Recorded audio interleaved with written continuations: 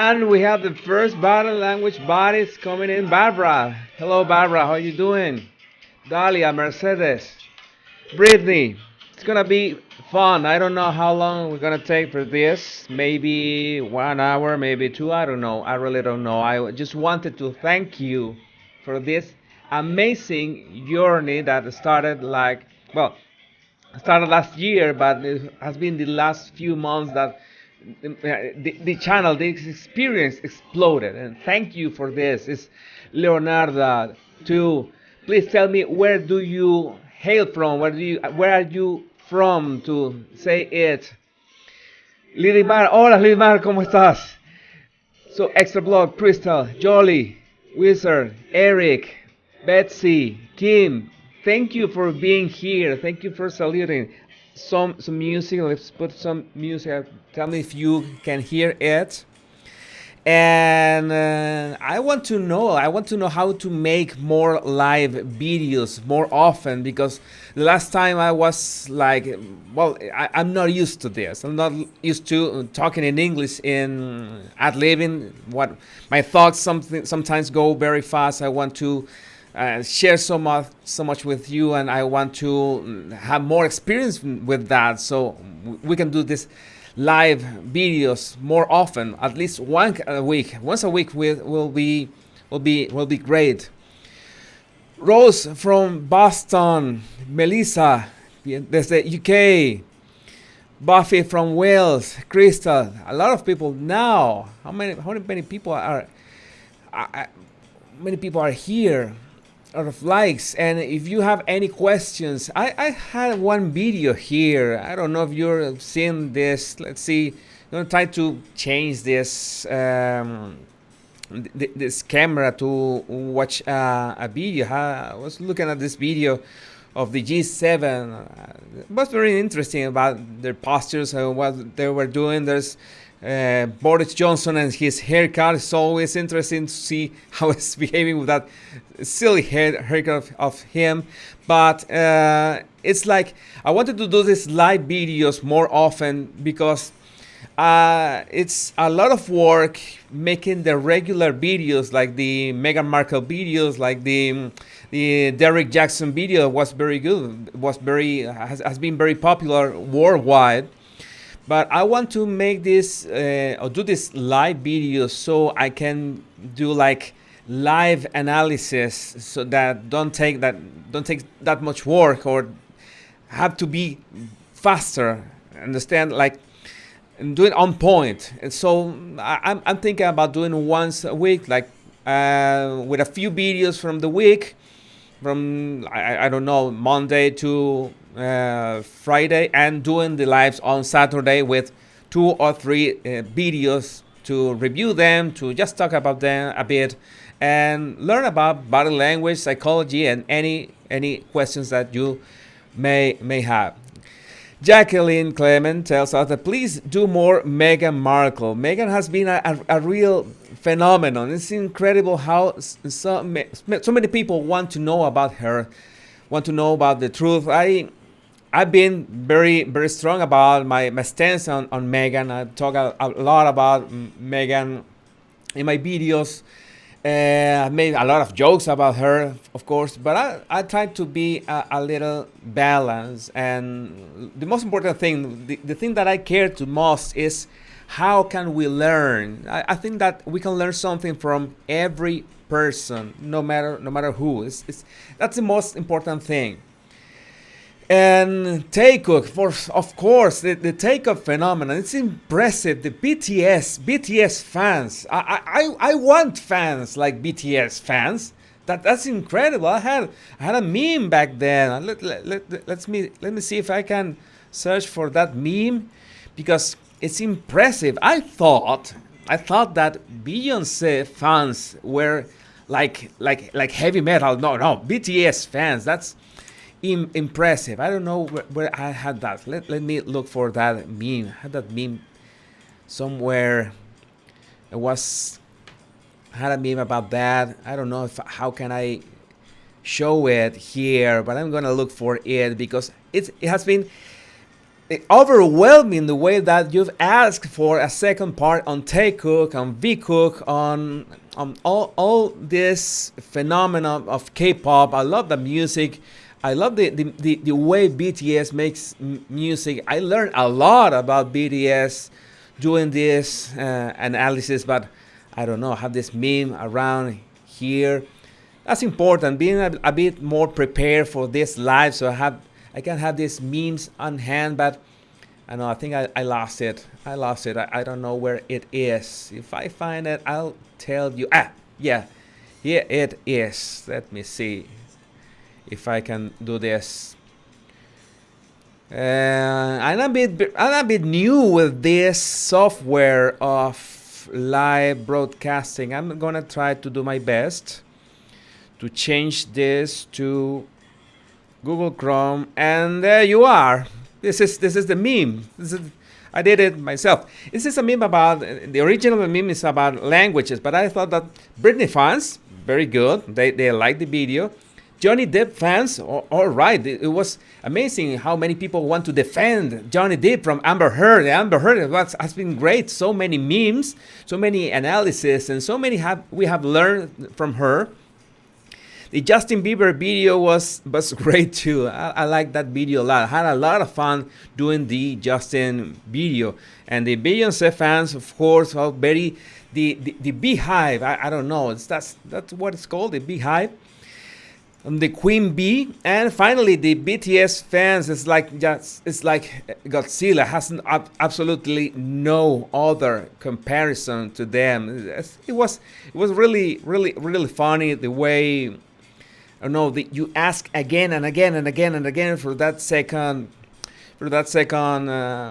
video from Takeoff. I need to recover from so much info that it existed about this phenomenon of Takeoff, because it's great when I have a lot of content to review a lot of videos, but when I have too much content, I can get overwhelmed. It's like we get overwhelmed for so much content that we have when we're doing some work or when doing some research. You have too much content. You have to understand which one is the important, what is the important part of that content, and which one you can just leave it for a second part. And Team Johnny Depp, Loxana, he's here. Let me see if there are any other questions here. Christina, thank you for your work. My work, I try to make my work seem like fun. I have a lot of fun, sometimes not so fun. It's hard when I try to. The hardest part of my job is trying to appeal to fans of the topic and not so fans of the topic. For example, I'm doing a video on Johnny Depp, and I want fans of Johnny Depp to enjoy the video, but also people that don't know much about the Johnny Depp struggle enjoy the video too. And I think I've been trying to do it in every video, and doesn't matter if you don't know who Taekook is. You watch the video of Taekook, and I want you to enjoy it. That's my goal. That's what I want. Right, what else we have here is Mimo Dragon from USA. Yes, I'm a little bit nervous. I'm not used to speaking in English live. I usually have to write down what I'm gonna say, how to pronounce, be aware of how to pronounce it, so everyone, even people that English is not their native tongue, their first language, can understand. I write it down, I rehearse when I record my video. So this one that is live, I'm gonna try to make it slower so you can understand. All right. Some live YouTubers have been spammed. You can block it. What kind of spam? I don't know. I'm trying to see what's going on here about the spamming. But if you see that I've been spammed, just tell me, because I don't know what to do about it. I don't know if I can block people here. Let me see. All right, I can ban people if they're spamming the chat. Keep making videos of world leaders. I haven't made much videos about them. If you want, I'm going maybe I'm going to put a poll out. If you want videos about world leaders, let's, for example, this that we had here. I saw that people were interested in this video, the way they were like posing for the camera. Of course, this is the social distancing between them. That is about the pandemic, and they're representing that stance against the pandemic. There was also this. I don't know if there's the salutations here. No, this is another video. There's around. I think I have another video here. Yes, I had this one too. By the way, I don't know if this is this Boris Johnson's wife or daughter? I don't know. I have no idea. I really have no idea. And why do they walk like that? They seem like they're in an ABBA video clip, like jumping, like having fun. I think we should do a montage of them, or like a meme with some music about it. But I was more aware of the way they were saying hi to each other with the elbow, with that elbow touch, right? I don't know if they are not using mask. Why can't they just shake their hands? Handshake must come back. We need handshake to come back. We need the handshake to come back because it's a staple of humankind. Right? More elbow here. Oh my God! And she's like leaning, like making more space here, more space so she doesn't like get near him. I think we should have some common sense about things. Maybe I'm sure they're vaccinated already. They don't have masks. I think they should like rid themselves in a more conventional way and not like this. But I could be wrong, of course. Oh yes, it's the wife. It's really young, right? And there was more. Justin Trudeau. I remember that I had a very let's see, have this touch here of Justin and Boris Johnson, the elbow rub. I had a Justin Trudeau analysis back then. It was not a video. It was analysis, a photographic analysis. I don't have it ready now, but I think I could convert that to a video. It's like the way people take photographs, like you take a photograph of a celebrity, or in this case a politician, and you have to use or apply the symbols, the right symbols, so you convey the right message when you're presenting a person, a celebrity, a politician, or yourself, to present the right message. And the message is, of course, you're not talking because it's a photo, but the way you dress, the way the symbols that you use in that image are important.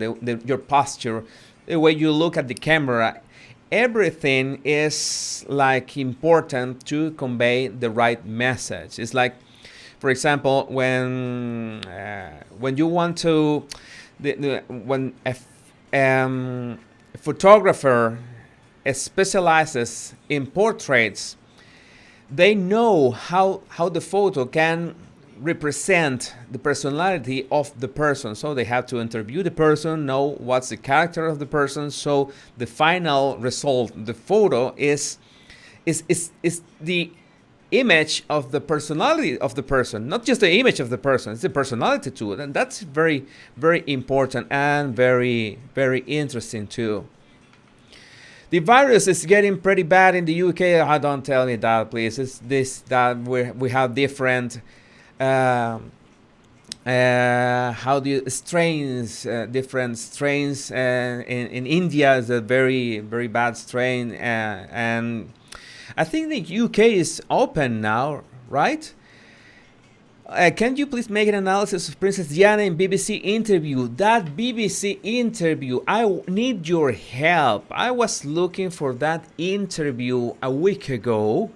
The Diana interview, the famous Diana interview. I'm going to fire Google Chrome now. Let me see my browser. I'm sure that you understand which is the one that I'm saying, the one mentioning. Let me see. Let me look for it a little bit, because I need your help. I haven't been able to find the complete version of that video. Diana. That interview has a name, by the way. Yes, this one. Well, there were three this is in this marriage, so it was a bit crowded. This interview. Let's see if I have it.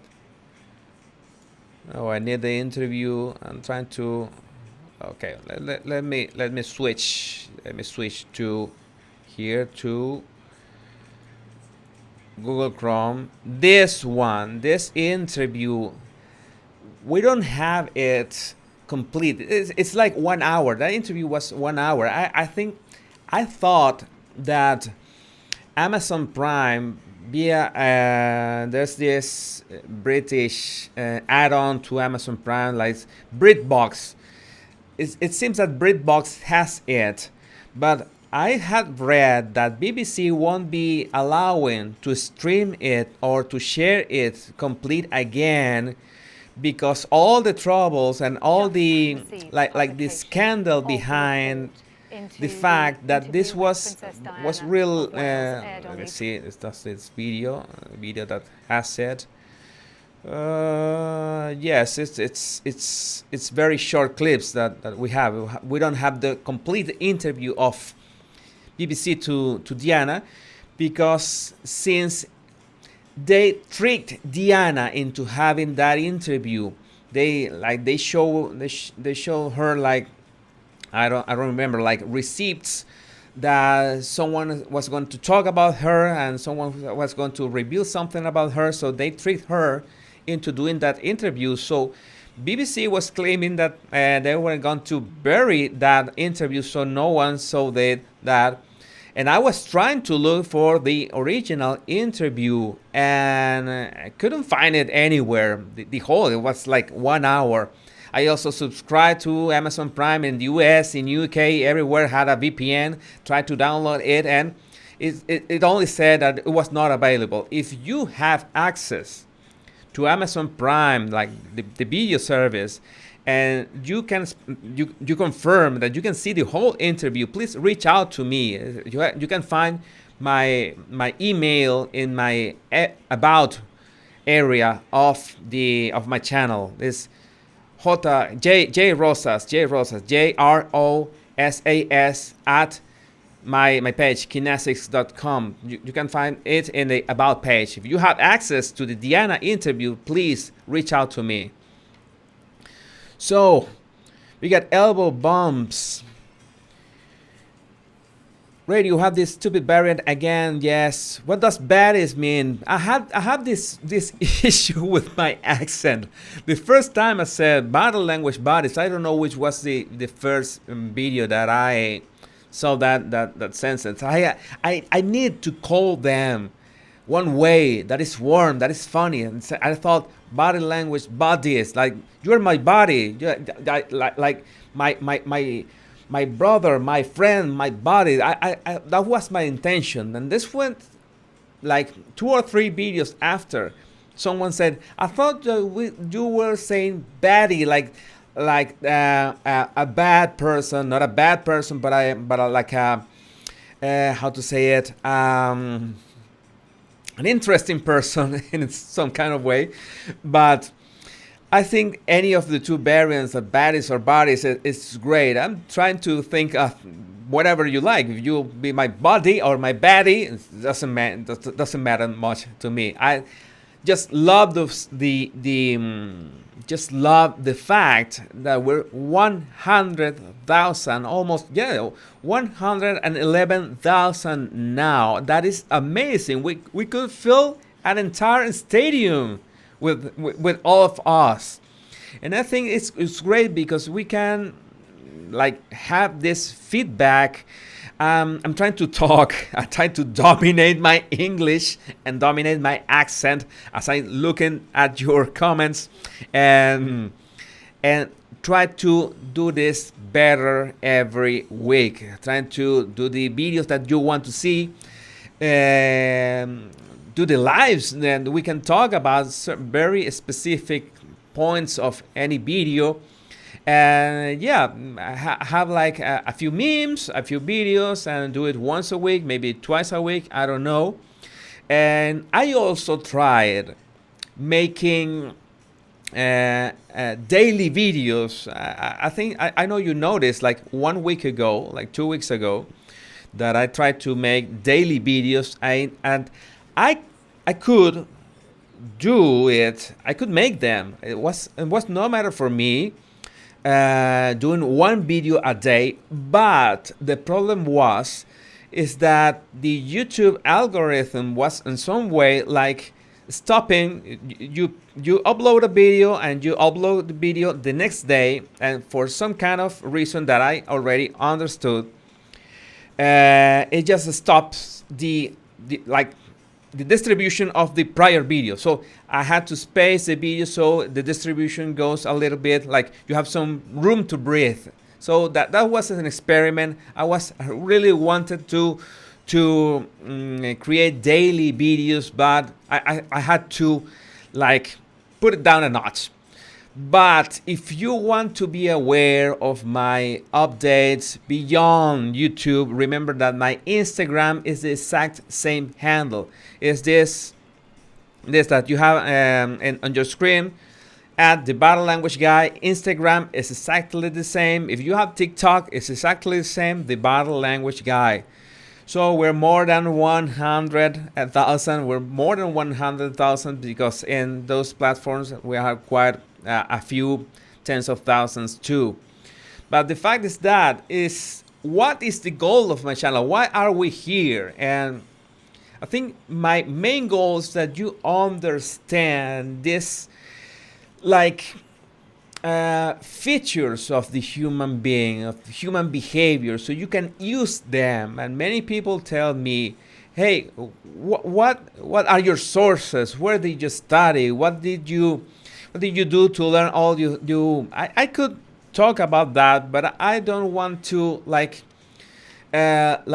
bother, so to speak, you with all my background. I just want to give you tips that you can like just grab and apply them. Because I had my university teaching. I was a university teacher. I could say that I'm still a university teacher, but I'm not teaching at the moment. But I figured out that the most important thing is how can you apply what you hear or what you know. And beyond that is presenting things in a funny way. That's why I tried not to take myself so seriously. Because, well, you see that some of my videos are more serious than others. Some have more humor than others. Some topics tend themselves easily to humor. Some topics simply are very hard to insert any humor in them, like serial killers.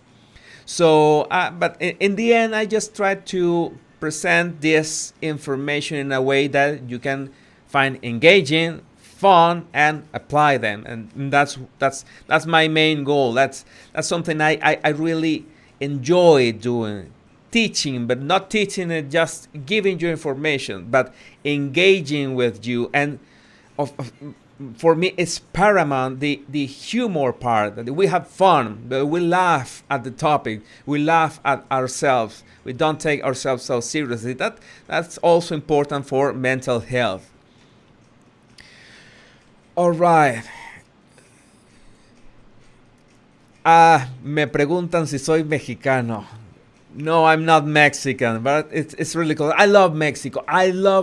Mexico is my second home. I love Mexican people, Mexican food. I love Mexican food. And my favorite Mexican dish is green chilaquiles. I love green chilaquiles. I really, really, really, really love green chilaquiles. If I ever go to Mexico, you know, you want to invite me to eat green chilaquiles. That's my favorite. There are many dishes in Mexico that are incredible. Mexican cuisine is amazing. It's something that it cannot be described, the richness of its flavors. But well, I've got my preferences, and now you know it. All right. Do you think it's obvious to spot a person's intention through body language? It's Nadine asking that. Spot a person's intention. The first thing to spot a person's intention is to see the way they behave with each person in the room. If it's just a person with you, it's a little more difficult because any way or another, there's absolutely no body language signal that you can just see people and just tell, they have this intention. No, that doesn't work that way, because as you have been seeing in my videos, we have like quite a variety of signals that we pick one by one, and we like counting cards in blackjack. I've said it a few times. You subtract or add, this person is friendly, or this person has other intentions, and you begin interacting with them. It's absolutely important to interact with the person. Ask them questions. Ask them to interact with other people. See how they react to those interactions. I would like to think. I usually wanted to think that body language was something that you just can just sit quietly in one corner of the room and look at people and pick all those signals and understand their behavior and their personality, and that's it. And it doesn't work that way. It can work in some ways, like when you are in a food court in a mall. You're in a food court, so many people, you're in your table, and you're looking at a couple in another table, and you begin to guess how long have they been dating, or if they're married or not married, or if are they lovers or what. You begin the guessing game, and that's great. The guessing game is great, but sometimes you need to apply this body language tactics in a serious and compromising way, that you need to know what are the intentions of people. The most important way is asking questions and engaging them in a conversation. That is paramount. It's not possible to have the whole frame, or the whole message, or the whole picture of the personality, of the intentions of the person, just by looking at them. You have to interact with them. You have to talk to them. You have to reach out to them. And that's when I mentioned those triggers, that certain questions that you can ask, or certain attitudes, or the orientation of your body, when it's important to have an orientation that is totally upfront with the person, or when it's better to have an orientation that is like more to one side, like not talking to the person directly. That's something that you play with that. It's like if you don't want the person to feel threatened, or that you're like over them, then you turn your body a little and like interact in that way. So these questions are a bit like complex, but I try to resume it for the first step. And the first step, it's always engaging with the person. All right. The eyes are so expressive, Beamer Dragon says. I've noticed so people hide their eyes. Yes. All right. And let me see any other questions here. Okay, Lidimar asks about more murder cases. All right, I have a thing with murder cases. I should do a complete analysis on Ted Bundy. Ted Bundy is one of my favorite cases, because It has so many angles about body language, manipulations, and how can a man in this case, it could be a man or a woman, it doesn't have a distinction. But in this case, how can a man, Ted Bundy, like act in a way that doesn't trigger the natural alarms of women? Both women and men, we have natural alarms that we see someone and our intuition immediately triggers, hey, there's something not right in here. But people like Ted Bundy, they had a natural talent for that. And at the same time, their upbringing was so rough. Their family was absolutely dysfunctional in an impressive way that they had to polish this technique, this tactics, this talent for deceit to survive. And that's why in the end that's the way he presented himself, in a way that, well, very few women could have thought what he could do to them. So, and the other thing is that at this moment, I'd like to do more murder cases, serial killer cases, but I have the problem that sometimes YouTube doesn't like that non-family friendly content. So I'm trying to create, like when I did the McCann, Madeleine McCann parents video, I did it in a way that I can touch the topic of the actual case, but not in a very graphic case. I think I can handle that. I'm trying to make this kind of experiments with the content, so I can create a video, and I'm sure that YouTube is going to show it to people. It's going to show it to you. There's another option that I've been thinking. And that is this option about memberships. That to create videos that for members. I used to have a Patreon, but the Patreon thing didn't go very well, so I had to close it. But I was thinking about these videos that had topics that are a bit more delicate, like put it in a membership version. I'm playing with things. I just want you to feel welcome in my channel. If you suggest a topic, then go to it. But as I'm saying, if I can't do it in a recorded video, like the Justin Bieber video, the Johnny Depp video, the Meghan Markle videos, then we can do it in a live.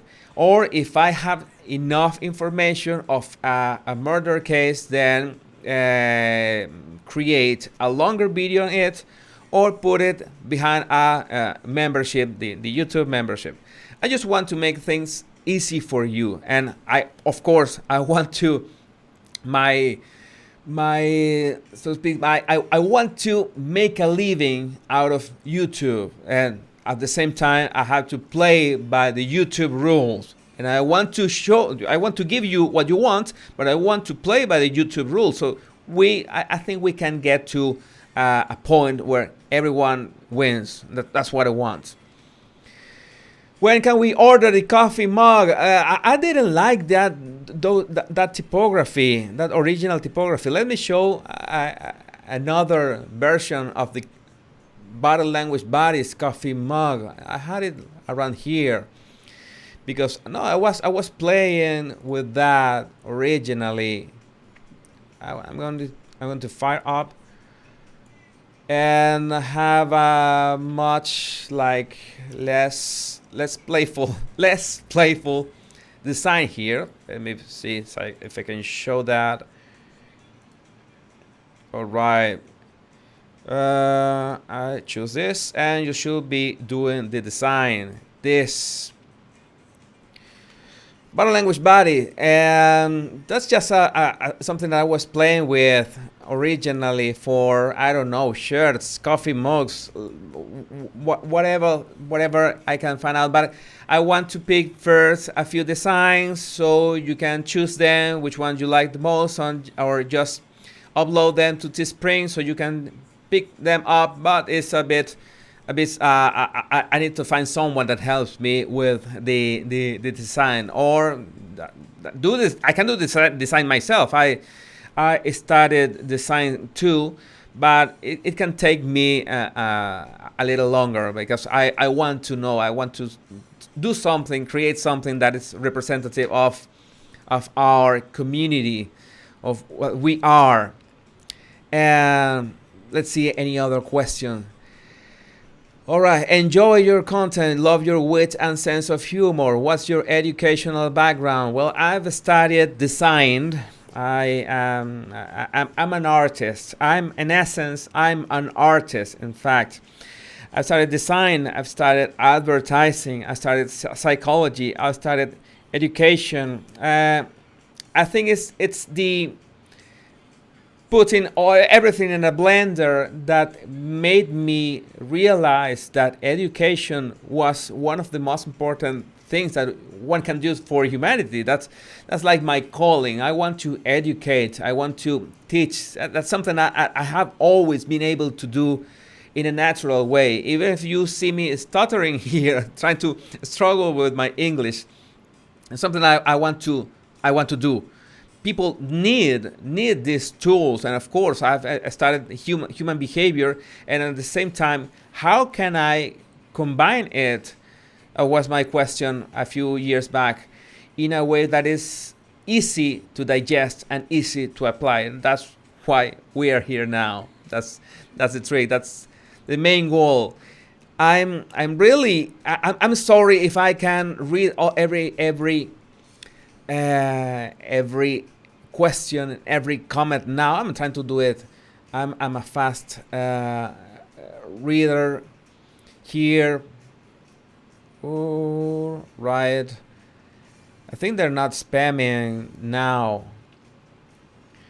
Which university, US or Canada, teach body language? I really don't know at the moment. The programs are always changing, but you should go to the source, and this is I should do a video on that, because you can go directly with the Paul Ekman Institute. Is of course a really great background on facial expressions. There's also David Matsumoto. I think he's in San Francisco University. I don't recall. He's a researcher, a great researcher in body language. There's also Joe Navarro from the FBI. That's a great source of information. He's got courses. I've got courses too, if you're interested, on my page.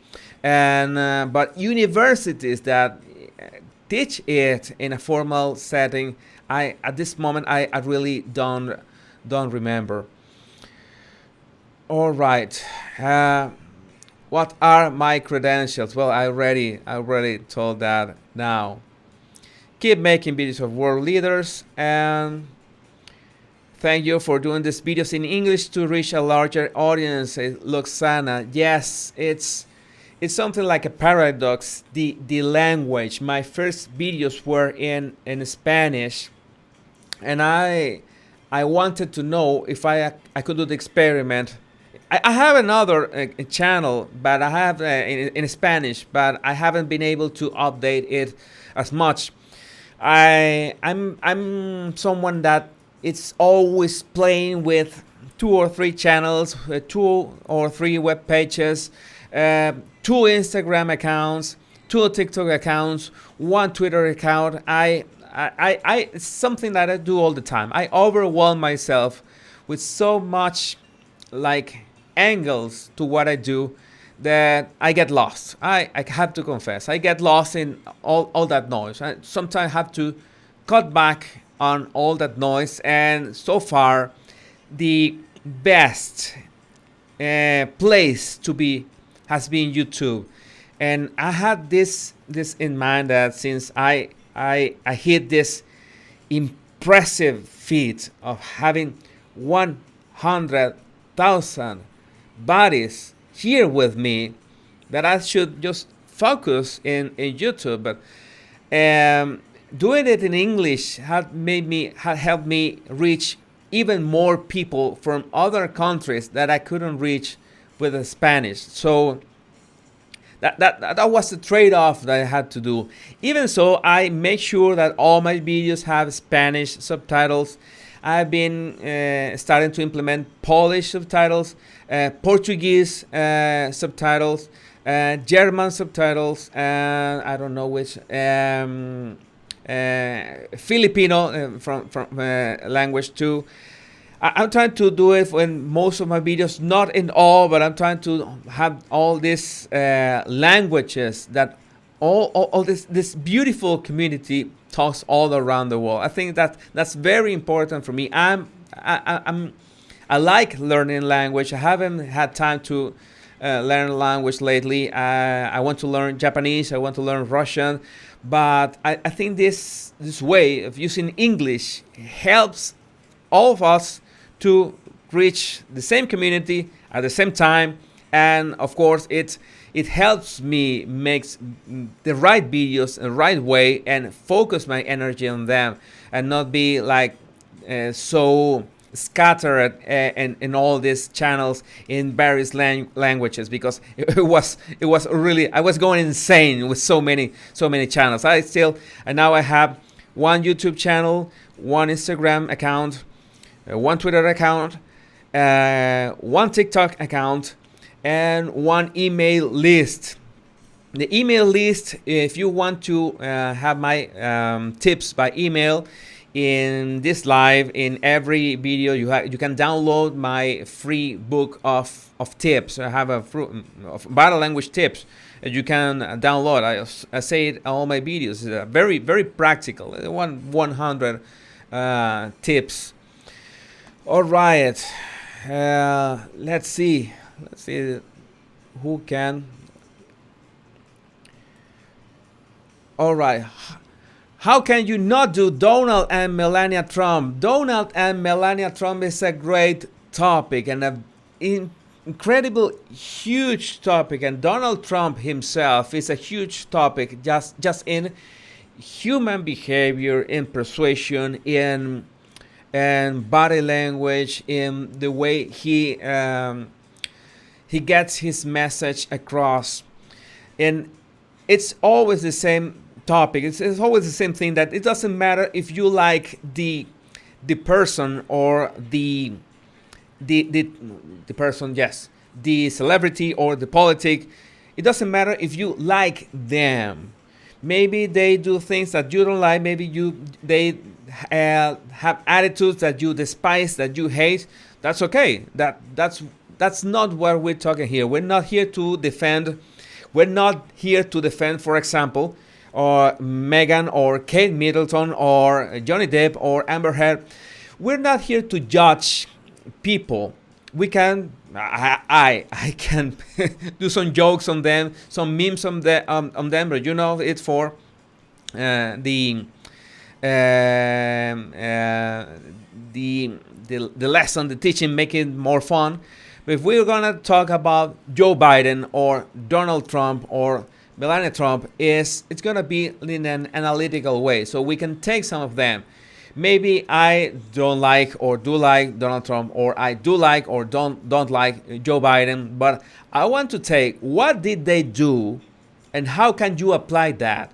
And that's something important too, because it doesn't matter if it's Kim Kardashian or it's Angela Merkel. They always gonna have something, a strategy, a tactic, a body language signal, or some quirk that we can use and we can apply. And if they don't have something that we can apply, I guarantee you that they have made mistakes, and you can learn from those mistakes. And no matter the setting, no matter the person that we're gonna analyze, we can learn from them. And that's something magical. That's the mindset that I want you to have, and that's the right mindset. It's doesn't matter who are we going to analyze, which is the topic we're gonna pick. And my Derek Jackson video was really great. It was a great experience because I did it, and I didn't think that many people over the world was gonna like care or be aware of a topic that was so specific for U.S. audiences, because I understand that his audience is mainly in the U.S. But it so happened that all over the world were looking at that video, were learning about that video, learning from that video, because it was based on narcissistic behavior in couples, and that's a hot topic. That's something that everyone wants to know about: how to identify narcissists, what gives them away. And I gave a few tips in that video. It was a very, very fun video to make, and I think that's one of the things that it doesn't matter. I got some comments like this: I really don't know who this man or his wife is. I don't know them, but I learned a lot in this video, and that's made me very happy. That's my main goal. That's what I wanted to know. You're fun, smart, and wise.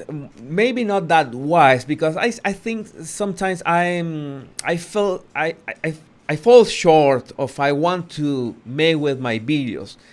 Of all the videos I made in the past year and this year, the first video, I want you to know this, the first video that I made that I really was proud of, and say, this is the video, this is the way I want to make videos, because I really like the way this video ended up, was the Johnny Depp and Amber Heard video.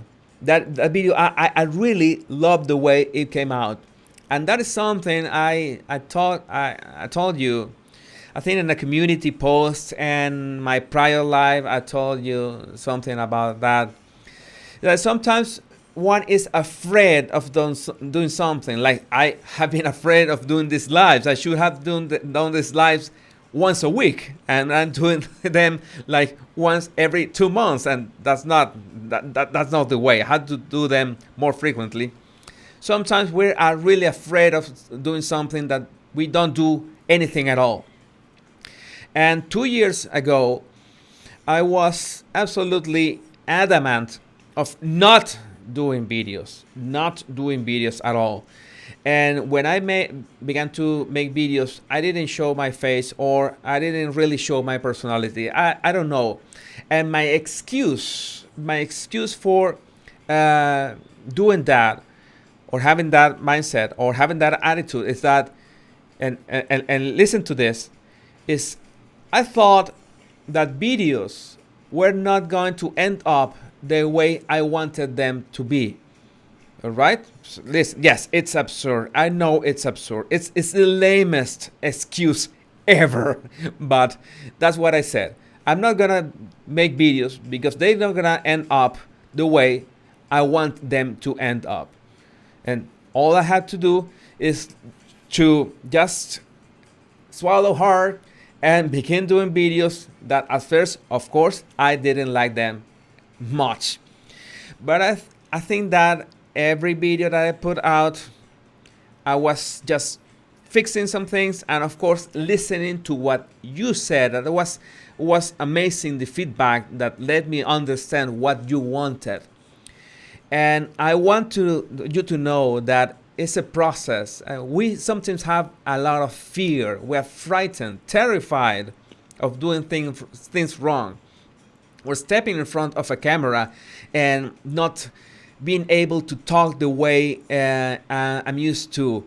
Of course, I turned off the camera and began improvising in English. I'm not going to do it much more fluent like doing live in front of the camera, and that's good, but I have to get used to the camera.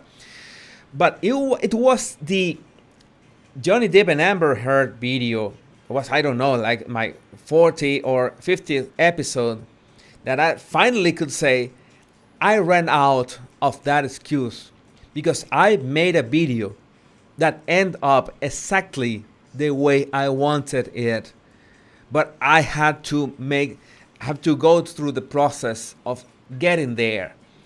And you might be asking, what does this have to do with body language? And body language is a way of expressing our emotional state. And if I want people to be sure that I feel glad, or I feel like confident, or I feel happy, I want to be sure of what I'm doing. Sometimes we don't know. We are not sure of what we are doing. We are not sure of the message we want to project. We are not sure of our own feelings. Imagine that. We're not sure of what we feel. We're not sure of what to feel. We watch an event. We are in some place. We see 6, 7 people reacting to that event in one way, like laughing, but we don't feel like laughing in that moment, and we just laugh by the social pressure. And that's one of the moments that we have to stop and say, hey, why did I feel that this way? And this has everything to do with body language, because your body language is going to just express the feelings that you will try to, the feelings that you're trying to project. But if you don't understand or not completely aware of those feelings or what you're trying to project, the message that you're trying to project, if you're not sure about that message, and it's not gonna get across. You can read every body language dictionary that there is. You can do everything you want at you studying body language, practicing your gestures, and it's not gonna come out. You understand your state. You understand your excuses, like my excuses not doing videos and finally doing videos, and finally getting to that point. Then you ran out of excuses. I have an excuse. I feel uncomfortable with my boss, and this is my excuse.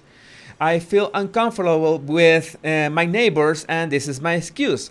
And you have to understand, where does that come from? You can't fake it. It's impossible. You can have a non-verbal vocabulary. You can express your words with your hands, with your posture, with your facial expressions. You can pick the right words. You can emphasize your words with what we call illustrator gestures. But it's more important, your conviction, your inner conviction, so it can just flow. And when you have the conviction, that is first, and you have the non-verbal vocabulary, or how to use your hands, how to use your face to let it flow, then you'll be unstoppable. That is absolutely nothing to it. It's really simple. Of course, there's a third factor, that is practice. If I don't practice these lives at least once a week, I will not gain the fluency, like the flow that I want to reach. I want to be able to, like, shot a meme or a video, and talk about the video, read your comments, talk about the comments, answer your questions, all very fluently. I want to do that, but what is the price that I have to pay? The prices I have to pay is this one: embarrass myself, talk to the camera in real time. That's what I want to do. I'm sometimes amazed at the way, for example, Jordan Peterson talks to a camera, or he talks to his students in those recordings of his days at the university. But I cannot expect to reach that level in a language that is not my mother tongue if I don't practice it. If I don't recognize, why am I doing that? Why do I feel that I want to do that? And what is the price that I have to pay? And these are all topics that are like satellites, are complementary to body language. But people always are asking me, how can I make my body language more confident? And you cannot do it from the gestures to your inside. No, you cannot fake it. You cannot practice the gestures until you just do it in the right moments. It doesn't work that way. You have to identify your feelings. That's why emotional intelligence is so important. Many people seem to think, what is emotional intelligence? And It's the simplest thing as asking yourself, why do you feel the way you feel in certain moments? The moments that you feel sad. Why do you feel sad? What made you feel sad? The moment you felt happy, you felt angry.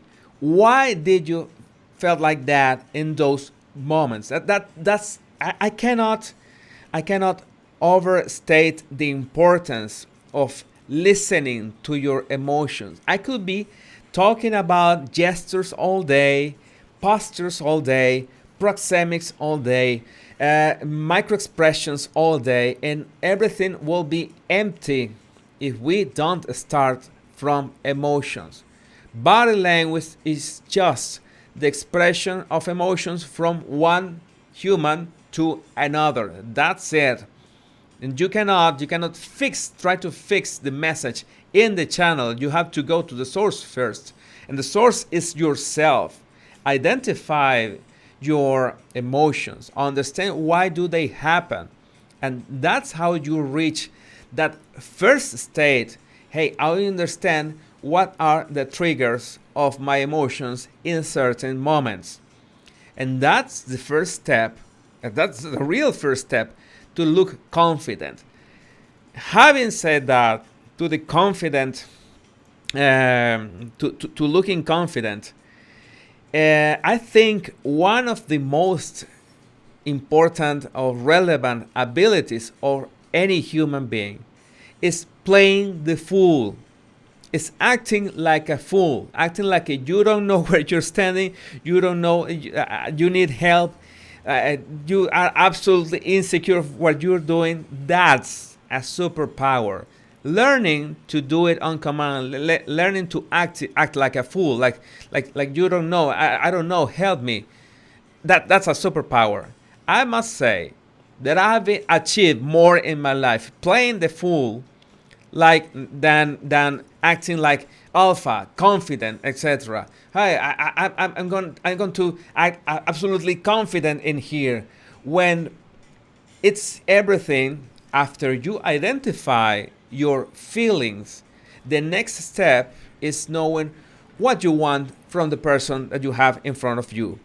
And this is as simple as, hey, why do you want to look confident? What do you want to inspire in the other person? What do you want to trigger in the other person? What is the message that you want to get across to the other person?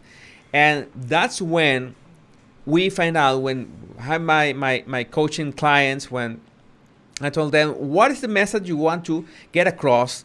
And do you think that message will really get across if you play the confident or alpha or absolute, I know what I'm doing part? Sometimes it's the opposite. You have to play like, I don't know what I'm doing, I need your help. And you have to know how to do it. But that's the magic of understanding that body language is not just about gestures and postures. It goes far beyond that.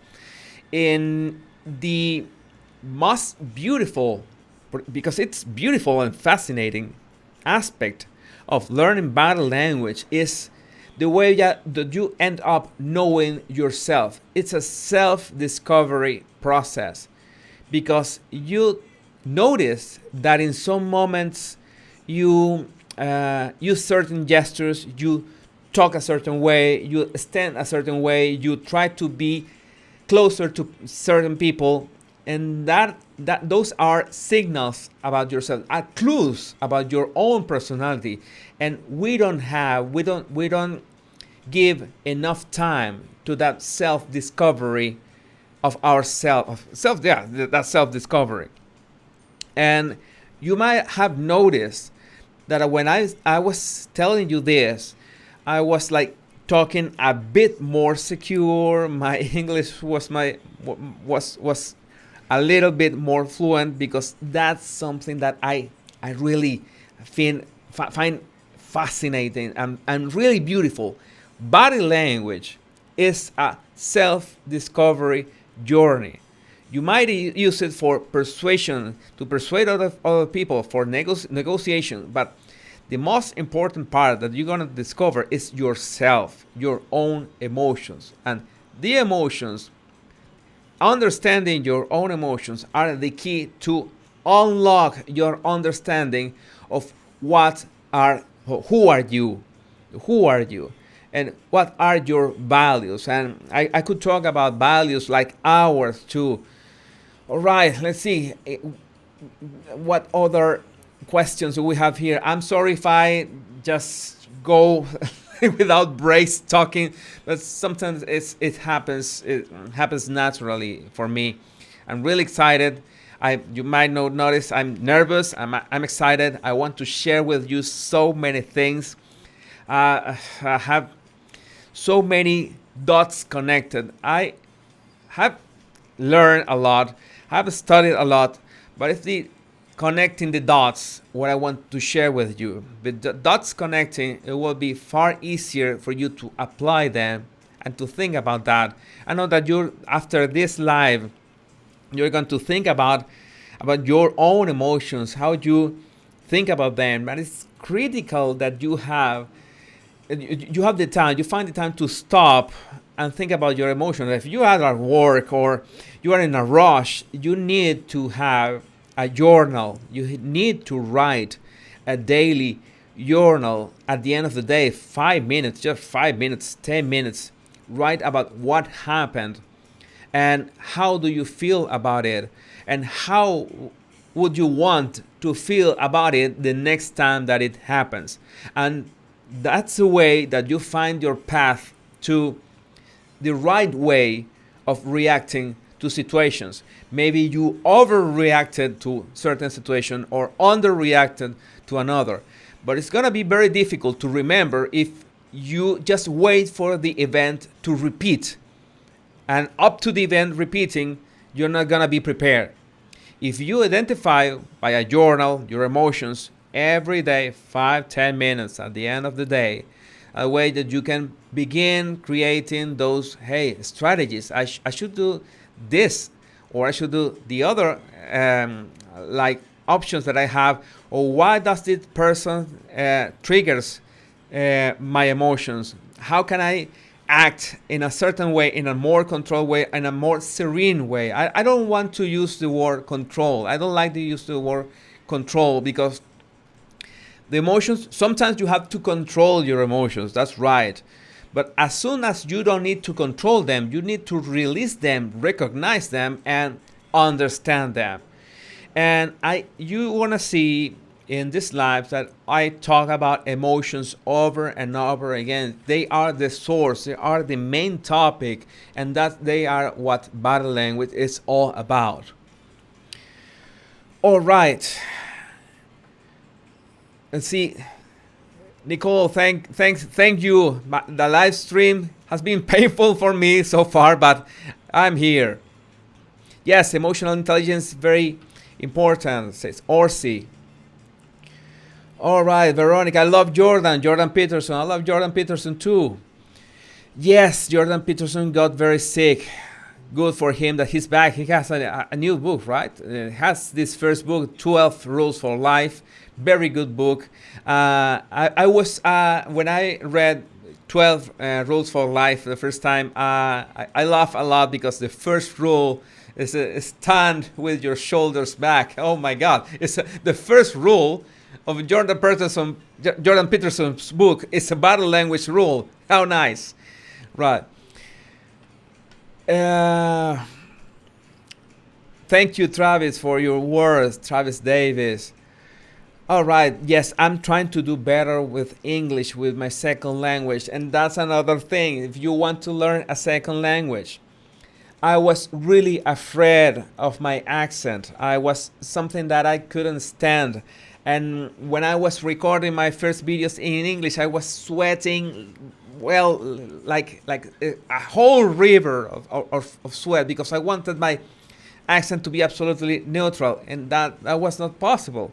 And that's something I did not need.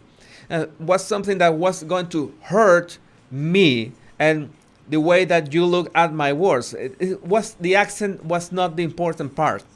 The important part, it was my intention of giving you these tools That was a really important part. Not my accent. Of course, I stumbled in some words. I mispronounced badly some names, like my first video on Jada Pinkett Smith. I said Jada all the time, Jada, and it was great because many people just wanted to comment. Hey man, it's so funny the way you speak about Jada's name, but it's something that we are so self-aware, and that's another aspect of body language. If you want to control your body language and let your body language be natural, you have to let go a bit of that self-awareness. We are too self-aware.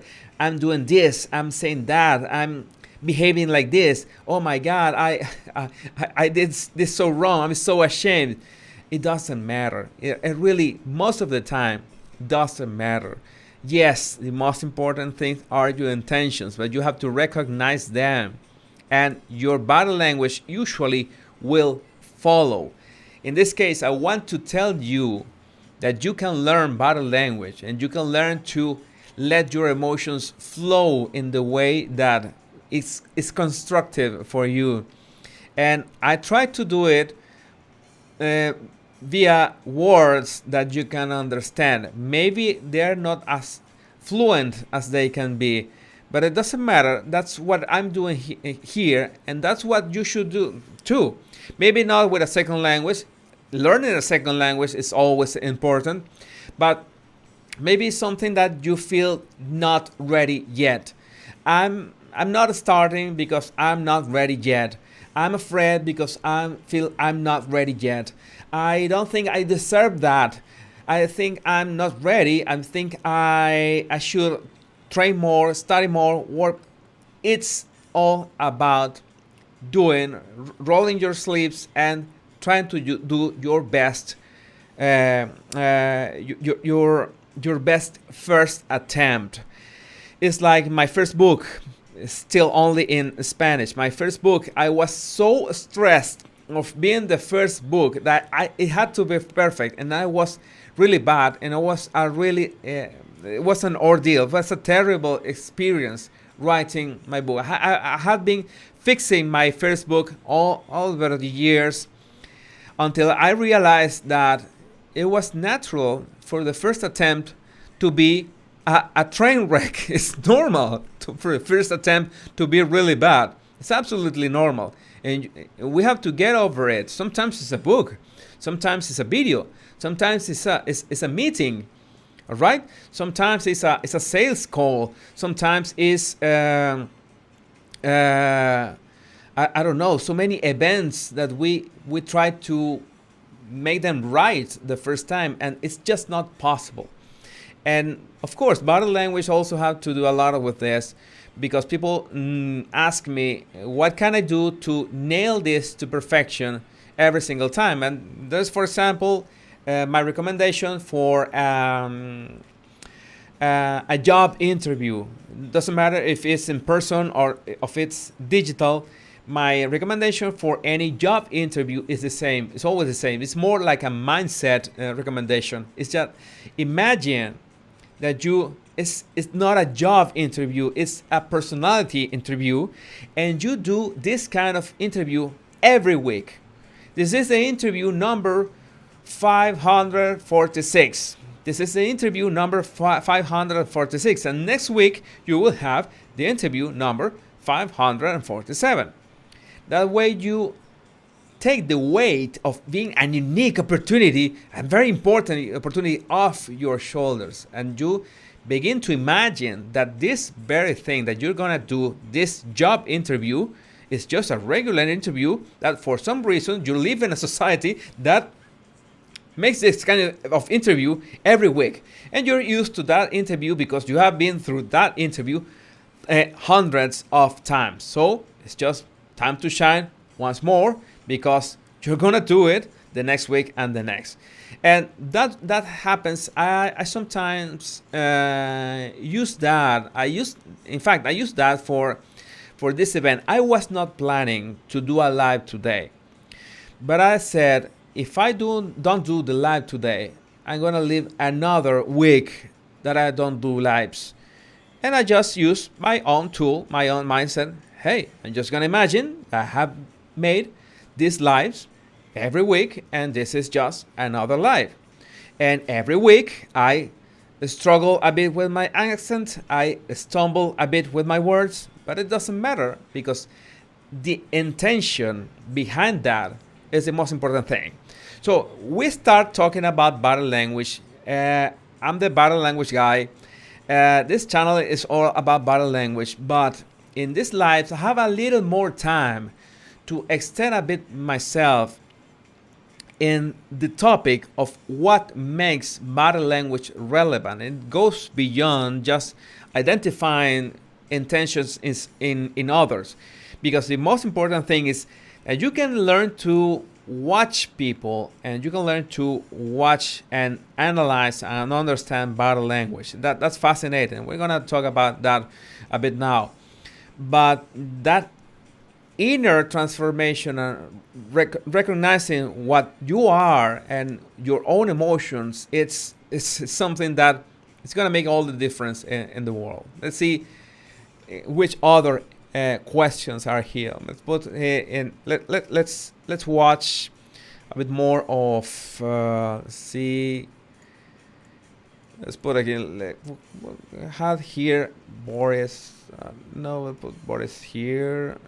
Is QuickTime Player. Okay, I'll put some image while I watch. Which other questions do we have? All right. Yes, but her forehead. I don't know who are you talking about here? But her forehead didn't move at all, so I think it's been frozen. Yes, Botox. And it's another question that happens a lot. Botox. How do you know if someone is wearing has been had Botox injections? I remember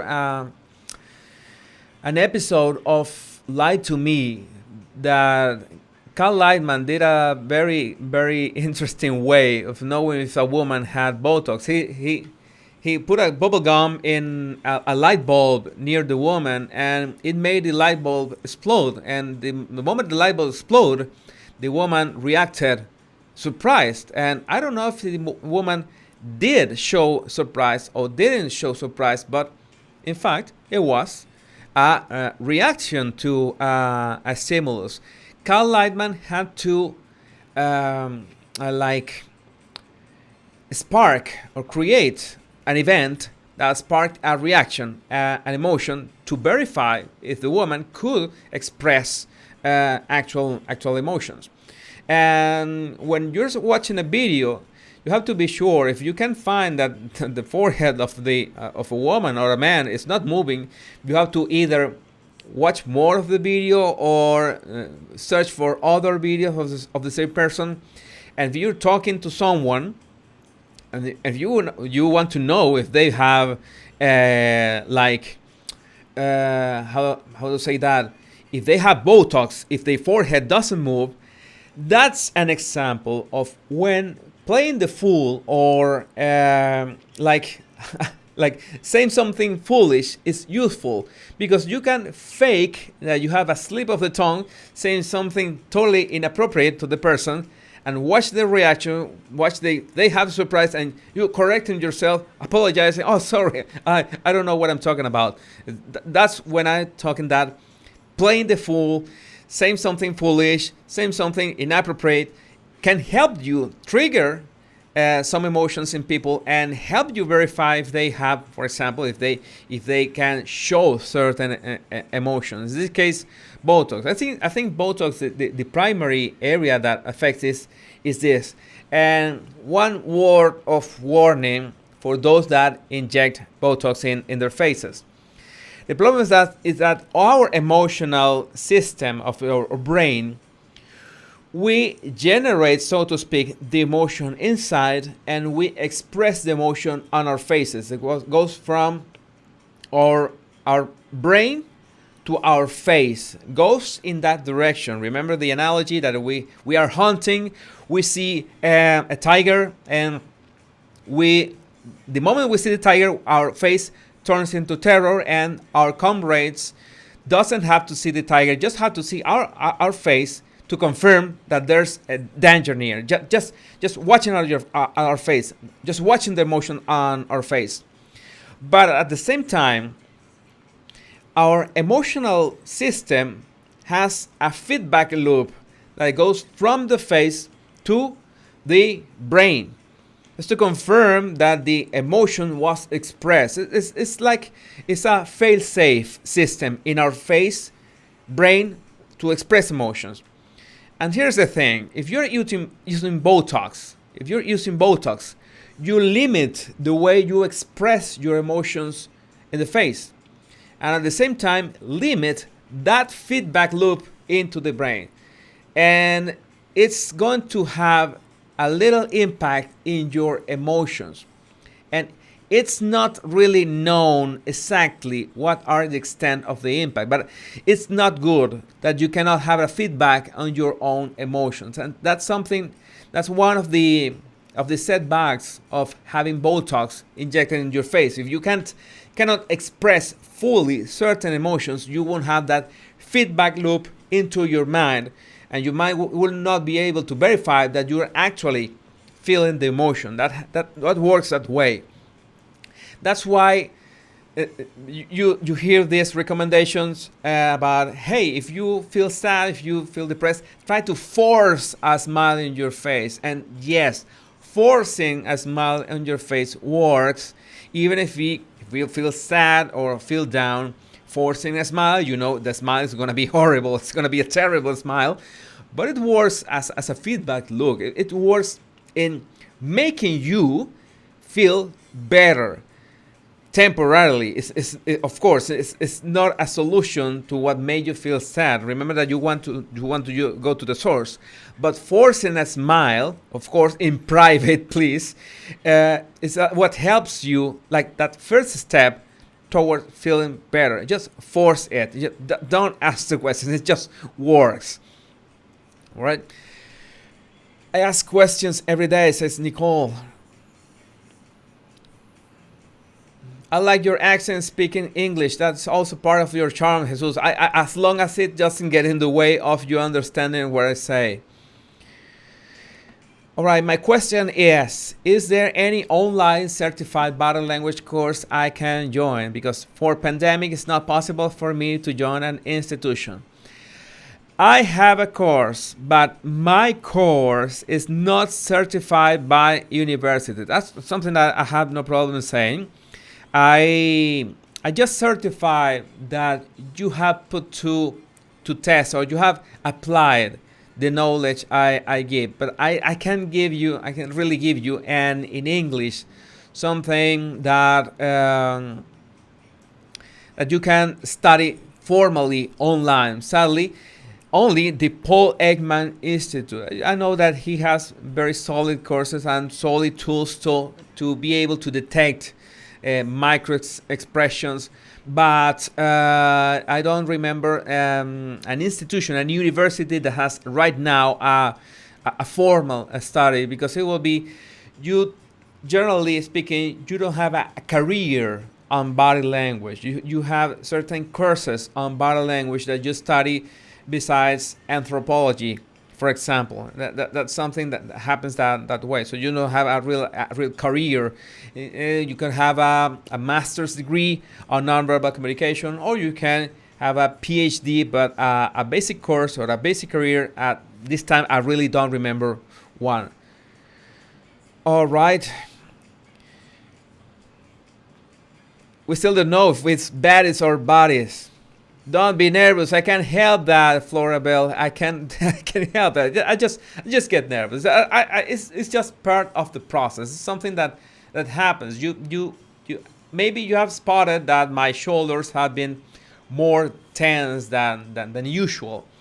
That I'm not that fluent as I'm on videos. But I want to say so many things, and there's so many like voices yelling in my head. Hey, you should stop talking at the camera. You should answer more questions. You should be showing more videos. You should be doing this. You should be doing that. But if my YouTube experience have taught me that is that sometimes I don't have all the answers. And in fact, most of the time, I don't have any of the answers. I just go with the flow. I've made a lot of mistakes, but it's impossible not to go forward without making these mistakes. And being nervous is just part of the process.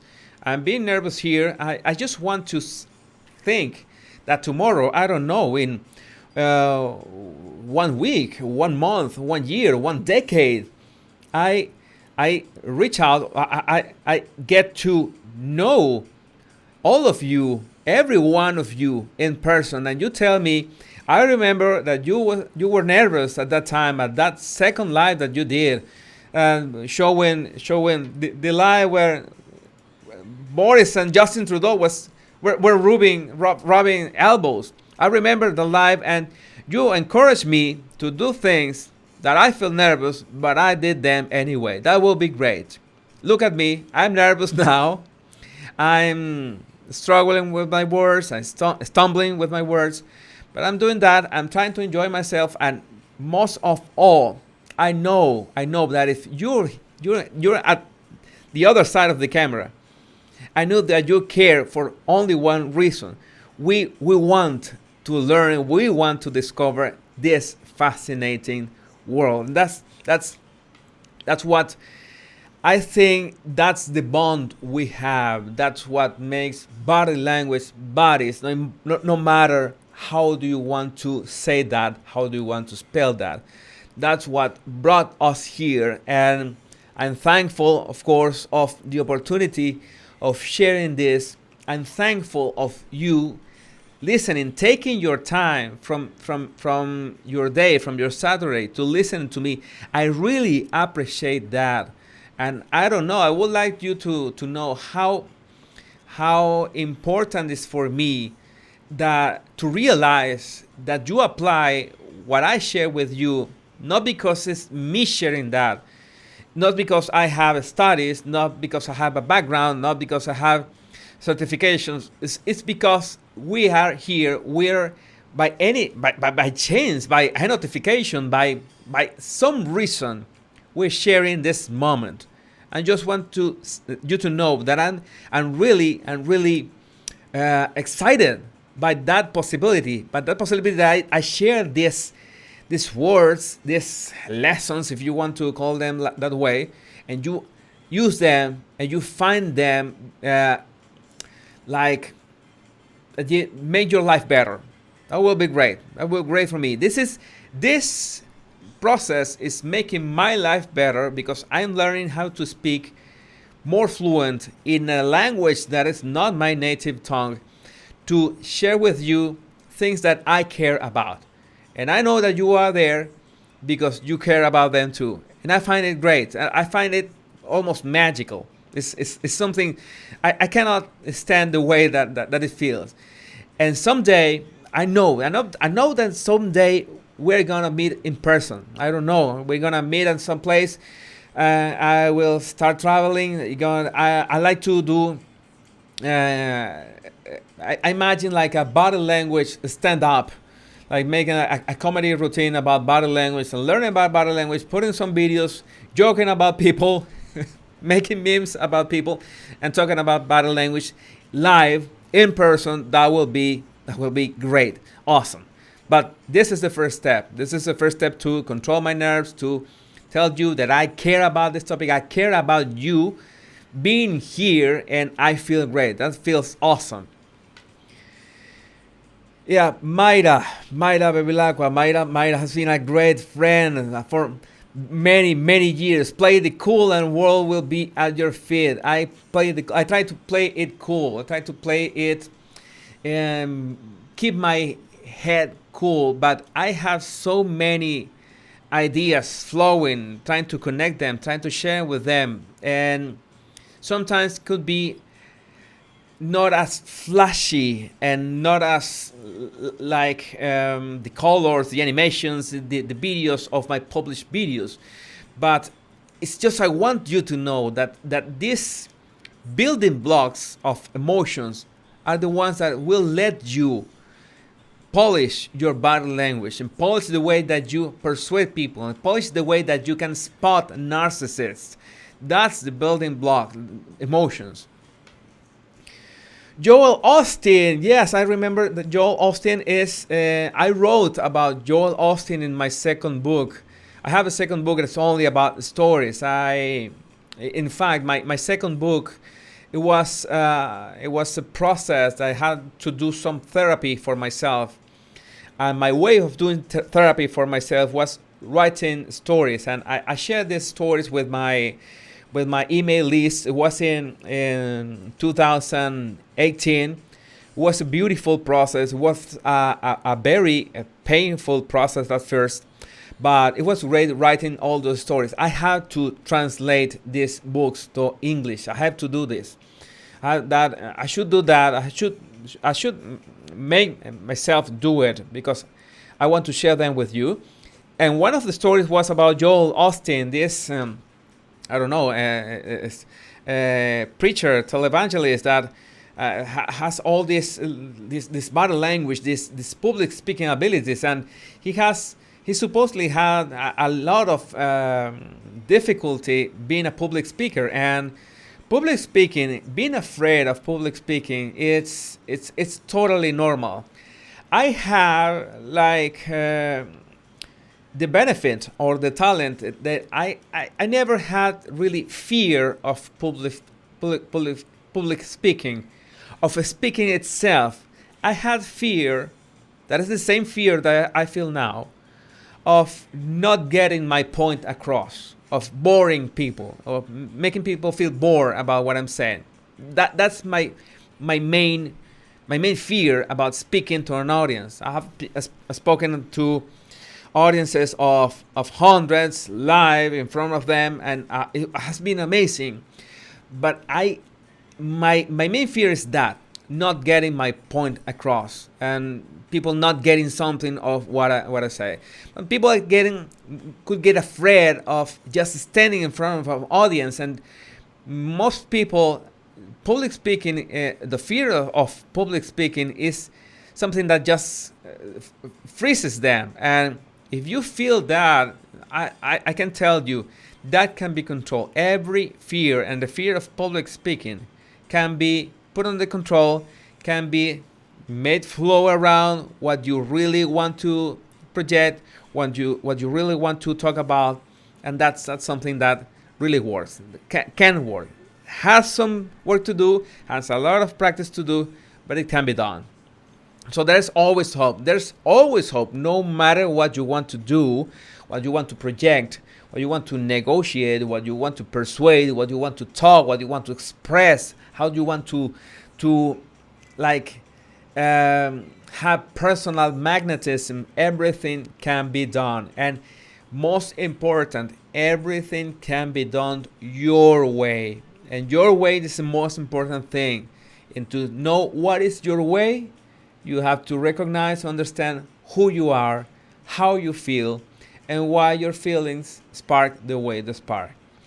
You should not think about changing yourself. You should always think about improving yourself. But to improve yourself, you have to know what is the situation or what is your current model.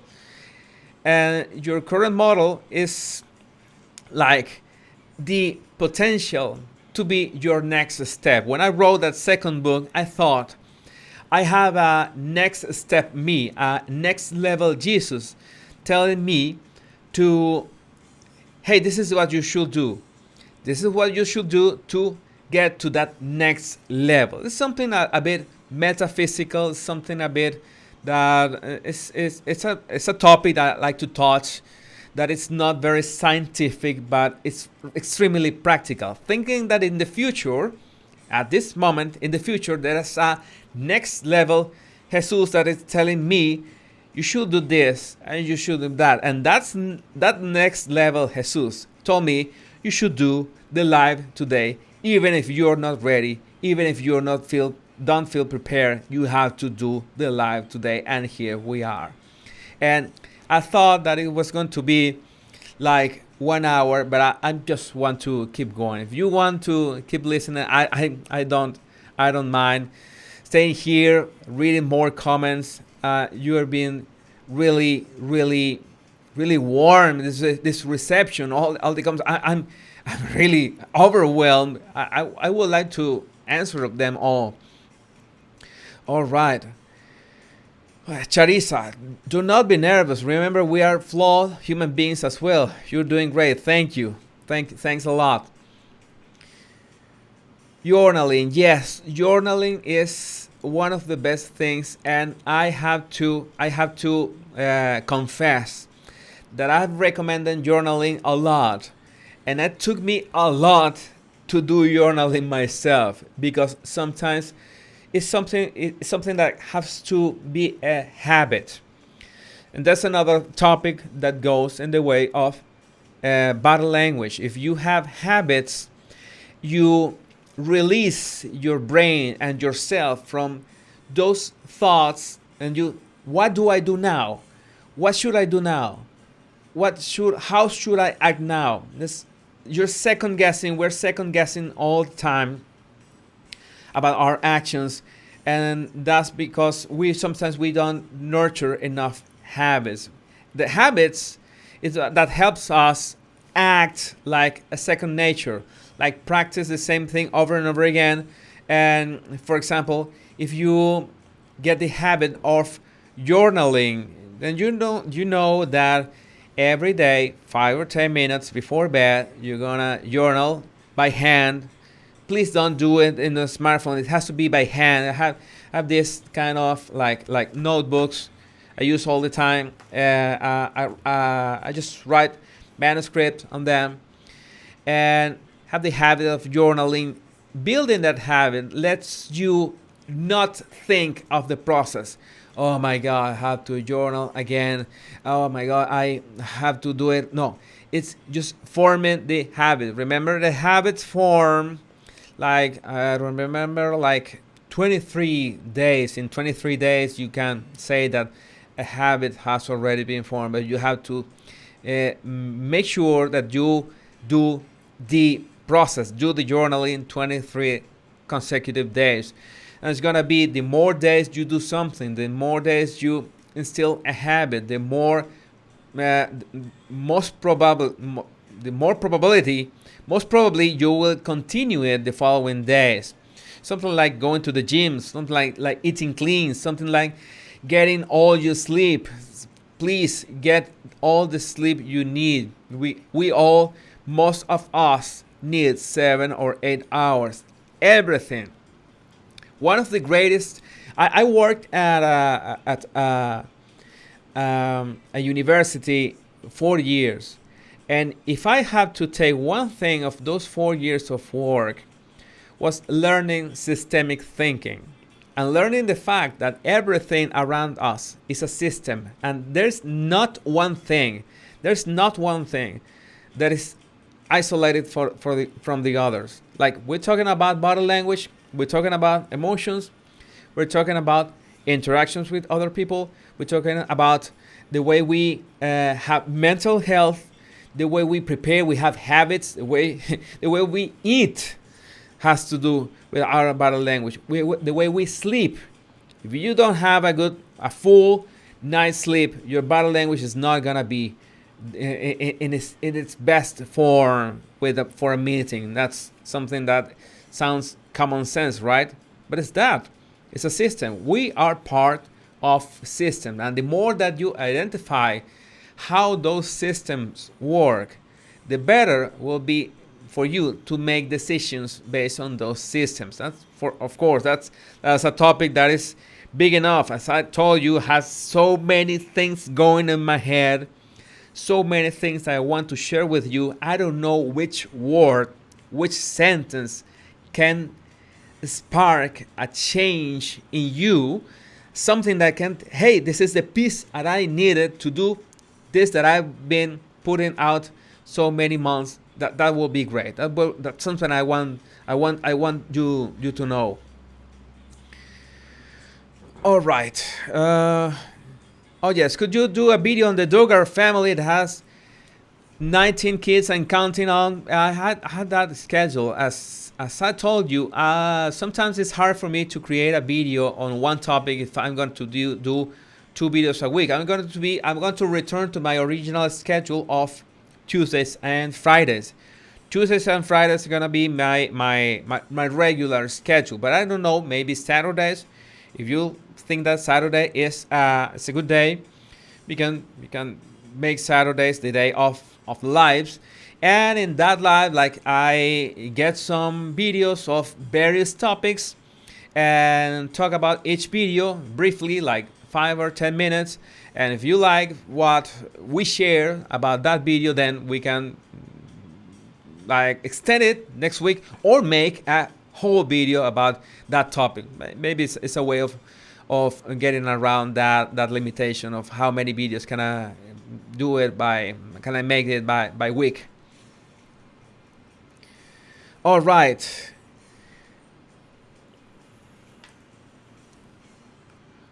Okay, this is a great question from Miss Somia95. When we observe negative body language outcome during a conversation, how to not let it throw us off and really go on a discourse where we can get the desired outcome. When you see someone with an angry face, or their arms crossed, or they are just an attitude that you don't like, you have 2 options.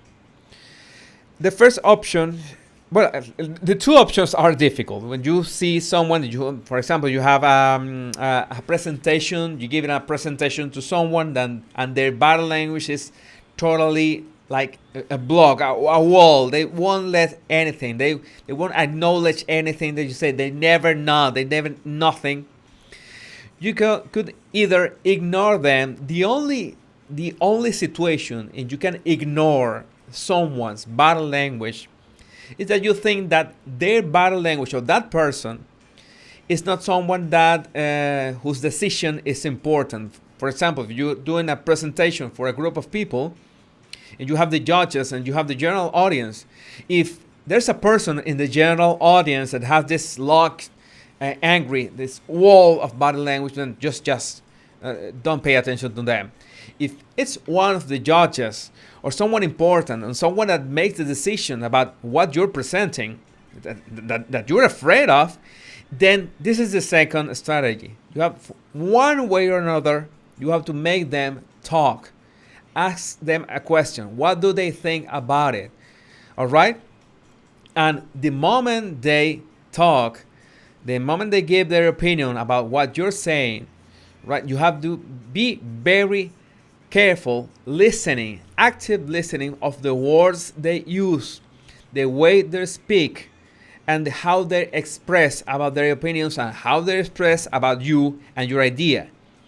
And why? Because you need to focus and answer, or like maybe make a slight pivot or go towards what they are like suggesting, or their opinion, how they're talking, or anything. You have to like cut them some slack, give them some line, go to what they are suggesting, like try to focus on what they want. Of course, everything is in sync of if their opinion is important. If their opinion is not important, well, just don't pay attention to them. And this is why I suggest always that you have to make questions to trigger a reaction. If someone is locked in a body language, unless you say something totally unexpected and positive, they're not gonna unlock themselves. But if you ask them for their opinion, what do you think? Oh, what do you think about this? Talking about their opinion, because their opinion is valuable to them, they're not gonna have like a crossed or an uncomfortable posture talking about their opinion, because they want to. Their opinion is important to them. Their opinion is valuable to themselves, so they're gonna be a bit more relaxed when we talk about their opinion, what they suggest. Then you have to you have like a very brief window of opportunity to that relaxation, like link what you're talking, what you're presenting, what you're doing to that relaxation, to that opinion, to that suggestion, so you can make that relaxation more relaxed state to keep in that relaxed state, right? I don't know if I hope you're understanding this, but the only way to make someone to change their posture is to trigger it, and the easiest way is to trigger it with a question. What do you think? What is your opinion? What do you suggest? That is the easiest way. You bring something fresh and authentic and entertaining to this platform, says Chisara's World. Thank you. That's what I want to do. I want to do like an intersection of three things. Things that are happening. What is happening? Did Megan do something now? Did Megan do something new today? All right. Then let's talk about Megan. At the same time, it's not just about Megan. It's about learning human behavior. All right. That is the second most important thing. And the third most important thing is having fun. It's not just about talking about what's going on. It's not about the lessons of body language, of human behavior. It's very important for me, really, really important to me that you have fun. That's why I insert jokes, why I insert memes. I try to not take myself too seriously. And this is not taking myself too seriously. This is a fit for me. This is something that I never thought that I really could do, but here I am. And I really, again, thank you for all this month, for all this reception, for all this warmth and all the comments and everything you have given me. And I can just feel that I'm in debt. I'm really in debt with you, with everything that you have meant to me through all this. I have fun making my videos, but I really much more fun reading your reaction and sharing. And the last video was great, having a premiere. I thought that you were not going to like it, doing a premiere in a video. I know it's my constant second guessing. Are they gonna like it? Are they not gonna like it? Hey, let's do this. Let's do it, and let's see what happens. And see, it was great. And most of you love the idea of a video premiere. I know that most of you are loving the idea of these lives. It's not just because we are 100,000. I'm doing this live because I should be doing these lives weekly with different topics. Not only with Justin and Boris and his Boris' very young wife about, right? All right, Kirsty Roden, your accent is fabulous. Thank you, Kirsty. Okay, let's search for another question.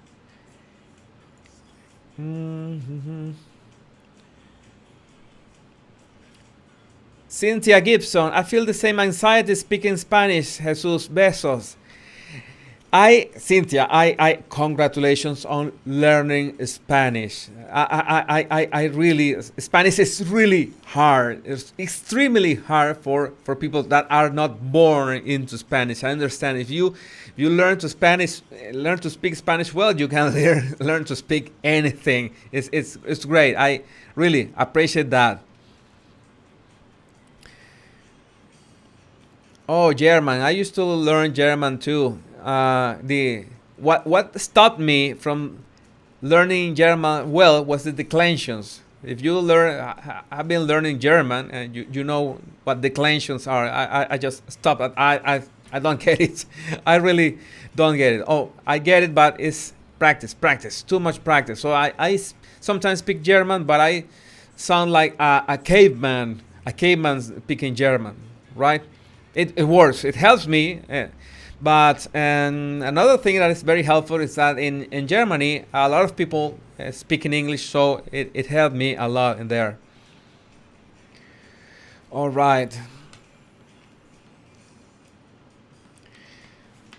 Nadia Semprini. Hi, my husband has light blue eyes, no expressive at all. I can't read them.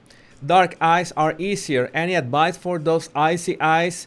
Well, either way, any color of the eyes, the color of the eyes, in fact, having lighter eyes is easier to read when the pupils dilate or contract. That is easier to read in that case. But when you read in the eyes, what is fascinating about the face is that we have a complete system. I was talking about system before, about a system of energy of every system, like our cardiovascular system, breathing system, respiratory system, that is reflected in our faces. All right, this is the way that we can communicate with our faces, not only emotions, but it's also that thing that we have in our eyes, that we can look at someone's eyes, and we don't have a vocabulary or a chart, or we didn't learn it in school, or nobody taught us that, but we can understand the language of the eyes. Somehow it's there. It's something that is hardwired onto us. And that's why it's not only the eyes, but all these areas, like you put on a mask around the eyes, you have to be aware of that. And something that people don't pay much attention is, for example, the upper part of their cheeks. That you smile, and that upper part of the cheek presses the eyes and gives a full smile, because we really smile with our mouths, but the real part of a smile is with our eyes. You can see if I like put some kind of cover over my face and just let my eyes be outside or be visible, you could see that I smile through them. So reading, I haven't been really any difficulty reading eyes of different colors. In fact, as I said, the lighter the color, the easier it is for that part, the pupil. When the pupil dilates, it's easier to see in a lighter eye color. But the most important thing is the reactions. If you want to see people's eye or read people's eyes, again, it's about reactions. We are moving our eyes all the time. We are to remember, I tell it quite a few times in my videos. If I move my eyes to my left side of the face, this is my left side of the face, then most probably I'm recollecting information. I'm remembering, because that is the side of memories. When I'm looking to my right, then I'm entering creative mode. Maybe I'm looking for the best words to say something, or maybe I'm thinking about the repercussions or what's going to happen when you listen to my words, to what I say. So creative mode is not always line mode. In fact, most of the time it doesn't have anything to do with line. Just looking for the right words. And it usually happens as a reaction to something. Like you say something, I answer, and when I answer, my eyes go to either side. So that's a reaction. So reading eyes, not that you are going to watch people's eyes all the time, because it's important to look at their bodies and listen to the voice too. So it's a system. Body language is a system too. And you should pay attention, much more attention, when people are reacting to someone. When someone enters the room or someone leaves the room, how do their eyes move, or how the frequency? There's also blinking frequency. If people are blinking faster, or the rate, the frequency is higher, then the people is an emotional reaction to someone. Maybe the people is nervous, maybe the people is want to leave, right? And there's something that is happening because of a stimulus. Body language, no matter if you're reading eyes or hands or body or it can be even the voice tone when the person is talking higher or lower, it's always gonna be a reaction to someone. The relevant thing is gonna be a reaction to something or someone, right? Light blue eyes used to be called liar's eyes. Oh, that's really bad. There's really not really liar's eyes. All of us lie sometimes. In fact, when you learn to recognize your own feelings, how they work, how your body language works, how your attitude changes in front of some people, you learn to lie better. And this is something that most people are a bit uncomfortable of recognizing. But yes, you learn to lie better. Of course, in some situations, it can be really useful and even could save your life if you learn to lie convincingly. Of course, as any other skill, you can use it for good or for bad, and that's something that I cannot teach you. I can teach you the technique, but I can control how you use it in the end, right? All right. Icy blue eyes are hard to read. Oh my god! I'm going to review my skills on reading light blue eyes. There is nothing special about Meghan Markle. Oh, there's a few things. I think we can learn about, just as any other person, some body language clues, some things that she says or have not said. Just like any other person, we can learn from her, and we can learn from mistakes, and we can learn body language clues and how to spot them, and how she reacts, for example, when Harry's talking, how Harry reacts when she's talking. That's something that can help us hone or polish our observational skills, and that's something that can help us. If it can help us learn a bit for body language from Megan, but why don't do it? And sometimes it's really fun. All right.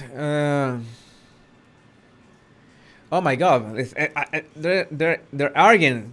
You can argue if you want, but I think it's not the idea. I'm trying to read all the comments. Keep calling out their BS. I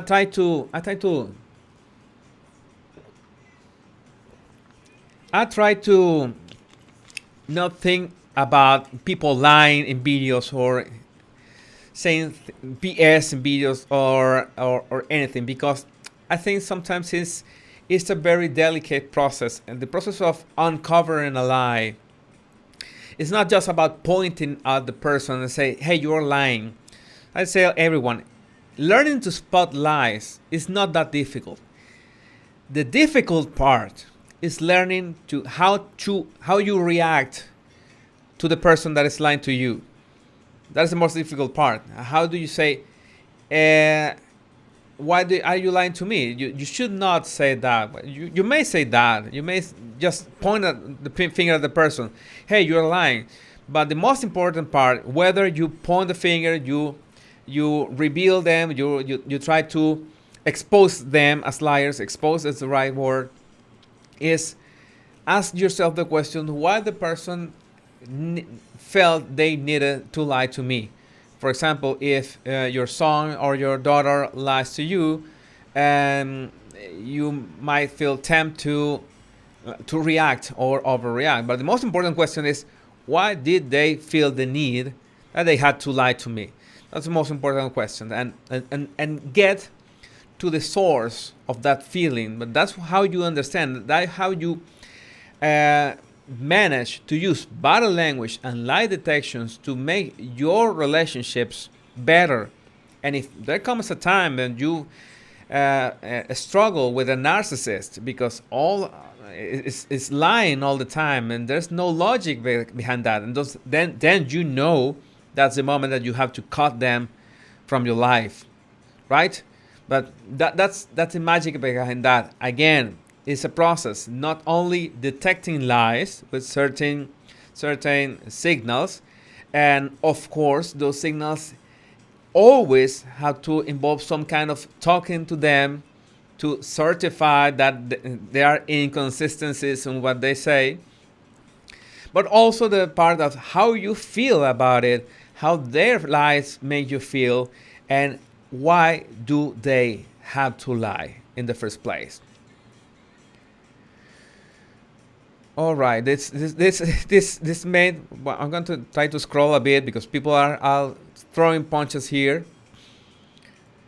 All right. I have a scar between frontotemporal and temporal lobe. Can brain injuries or conditions like epilepsy affect people's responses? Yes, they can. And that's why you can never rely on a single category of signals. For example, if you know of you see that the person always has like a tick or a problem that always is blinking.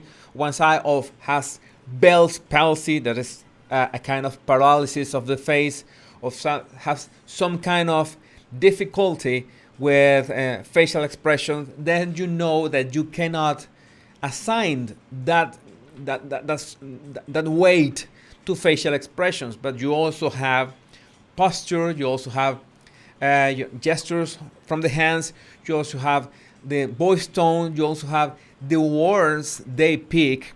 And this is something, there's also this myth about the percentage of body language in communication.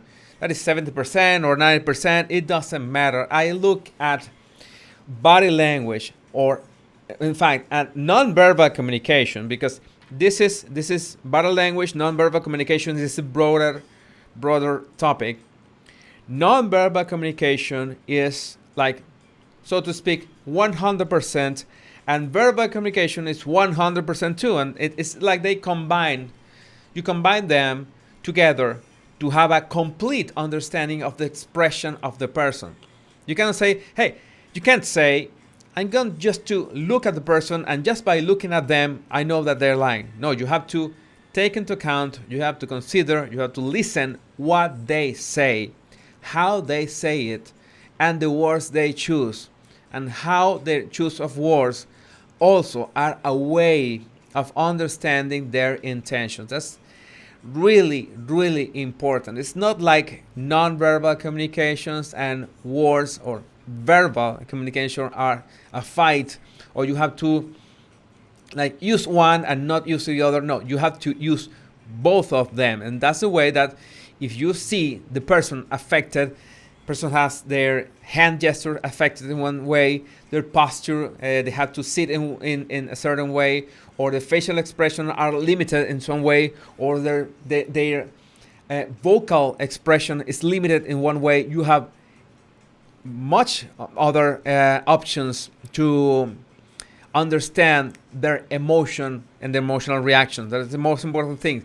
We're always talking about reactions. People reacting to someone. Is there noise in the channel? For example, if the person is always moving their face, the person had a stroke, for example, and they have their face frozen in one way, or they have this movement in their face, and you know that you have to read other kind of reaction. It's always about reading a reaction.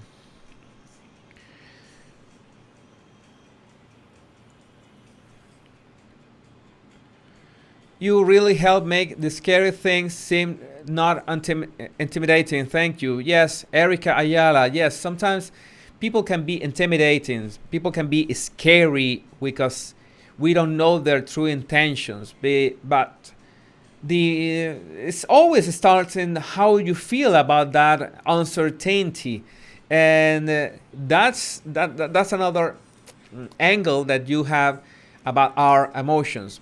Uncertainty, not being certain about intentions, not being certain about a person, not being certain about a situation, can trigger a lot of stress, and some people can handle that stress better than others, and some people just cannot tolerate even very little amounts of uncertainty.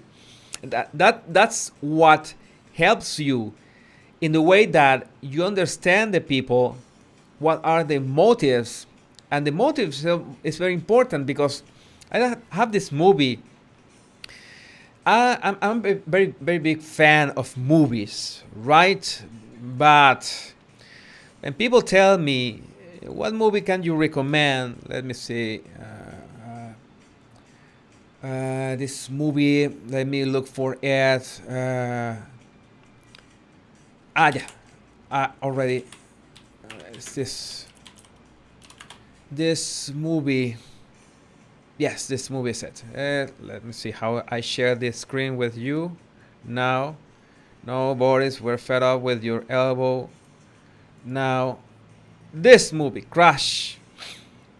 This movie, Crash, is, I think this is the best. I think it's 2006, 2004. I don't remember well. It's from 2000. That movie is the best way to explain or to represent or depict how sometimes motivations of people are invisible to us. We can't see them. We will never know the full extent of what is going on inside them, even if they're our partner. Sometimes we just don't understand. We see people and we see them as irrational or unjust or bad or angry or absolutely irrational, and we instantly judge them. And it's natural because we judge them instantly as a survival tool. But right now, our survival is already different. It's much more refined. It's not about violence, and most times it's not about violence. It's much more around certain social standards that are much more complex in our human interactions. So this movie, Crash, it's really it's the best movie there is. If you haven't seen it, I really suggest that you take a look at it, watch it. The Crash. I don't know. It's from the 2000. It's with there's a lot of people in there, a lot of actors in there. It's a I hope that you find it. I hope it's easy to find because it's that it gives you a glimpse, and it made me learn. I learned a lot from that movie, and when I see a person that is acting in a non-rational way or in an absolute irrational way, it makes me stop before judging. Maybe this person just had the worst day possible. Or maybe this person is hurt for something that has nothing to do with me. Or maybe this person is trying to vent with me something that can vent with other people. When you look at interactions this way, you get outside of the personal aggression.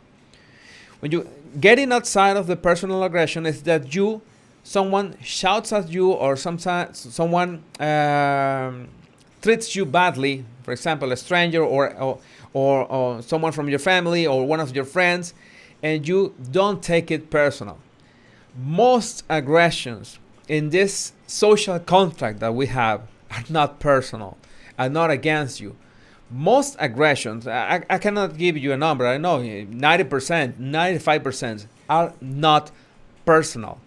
When someone tries to hurt you, is that they are hurt in the inside, all right? And trying to bend that. Of course, narcissists, for example, try to hurt you on purpose. That's another thing. But most of the time, most people that are not narcissists are not against you, are not out for your blood, are none of that. And just hurt, going through something, they're trying to bend that. You got in the way, they shouted at you, they treated you badly, and you just had to think that what's going on, that hurt, that aggression, it's inside them. Just trying to bend a little of that.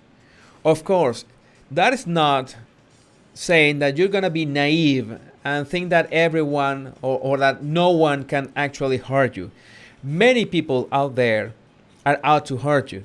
But if we think that everyone out there is out to hurt us, we're going to be paranoid, and we will not be able to live life at all. But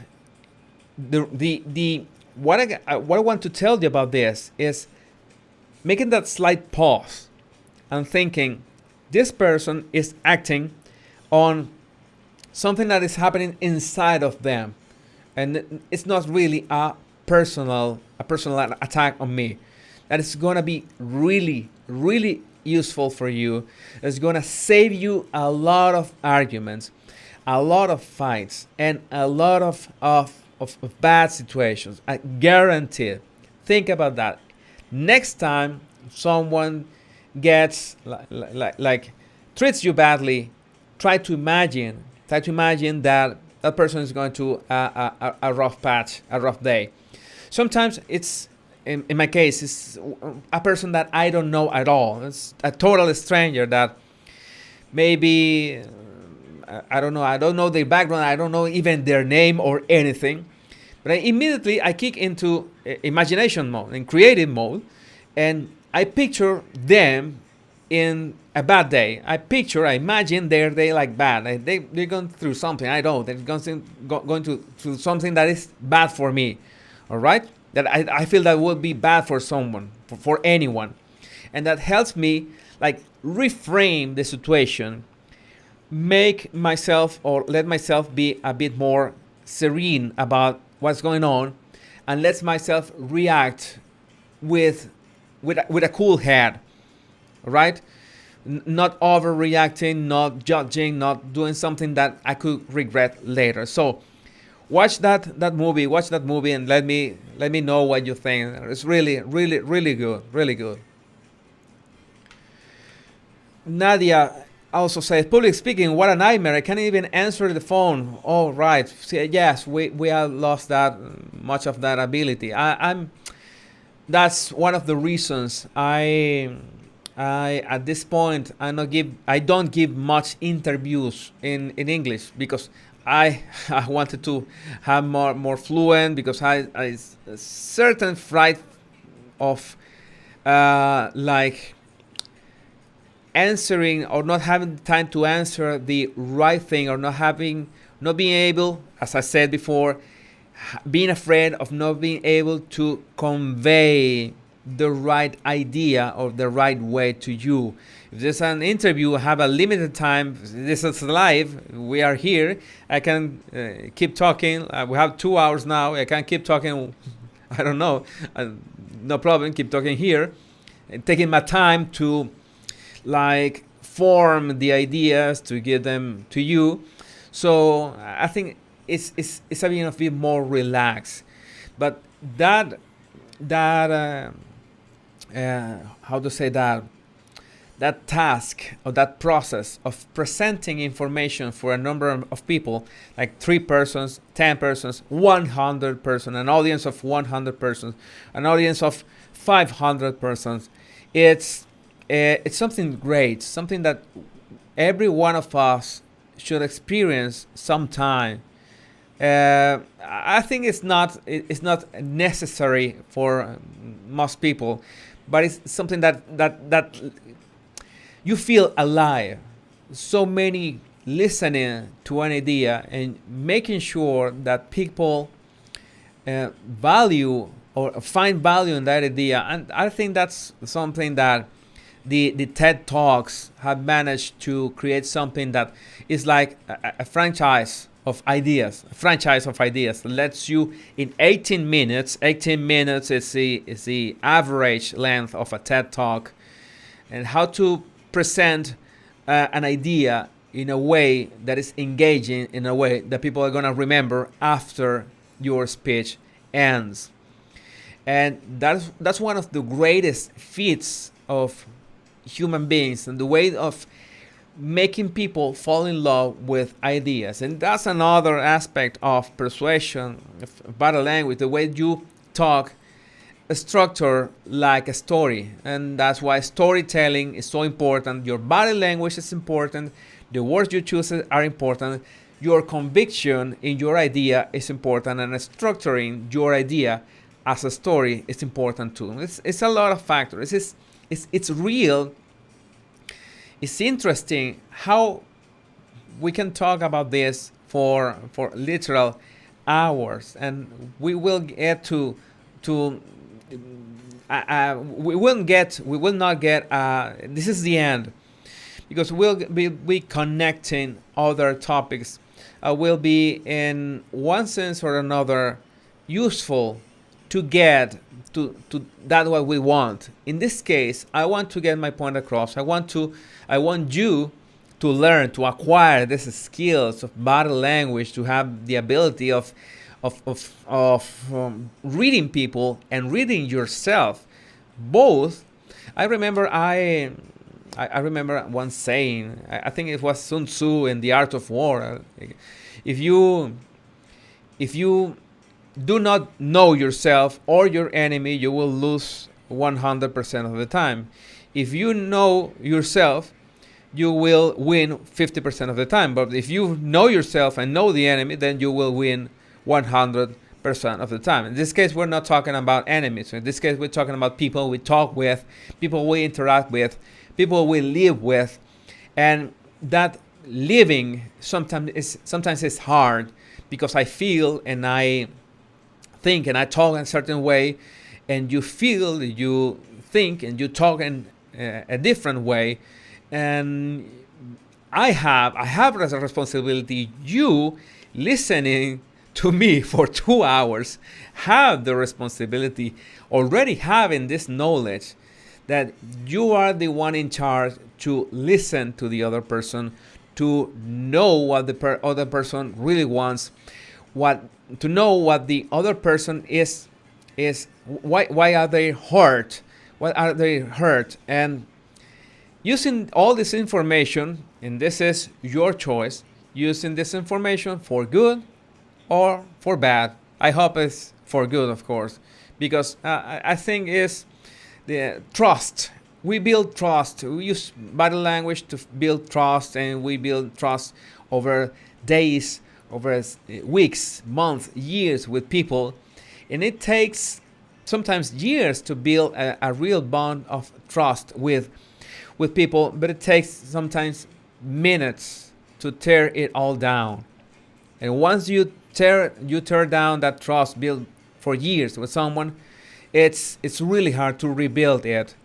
You can rebuild it, but it's never going to be the same. So that's all reflections. It's all about interactions, about being better persons, and that's in the end what I want you and what I want for you, what I want for me too. All right, let's see. Still more and more. I hope I get how do I say that, a record, a file with all these comments, because it's impressive all that I have here. All right. Just wanted to say that I love your channel so much. Thanks, Nicole Wright. Thanks, Nicole.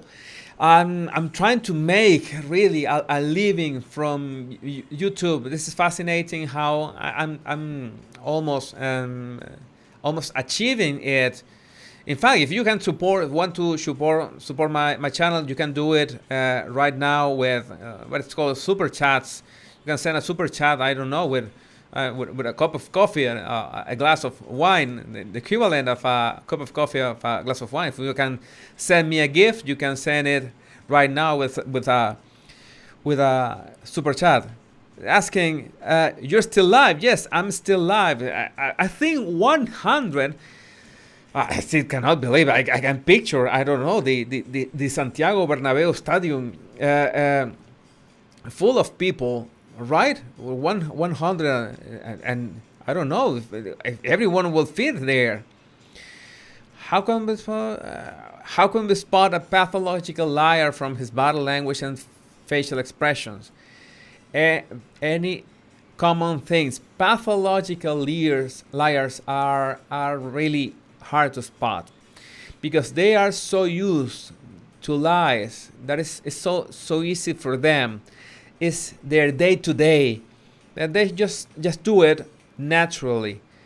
And the way, of course, that we can detect that is to finding inconsistencies. Again, is asking questions. It's asking the right questions so people contradict themselves and you caught them in a contradictions.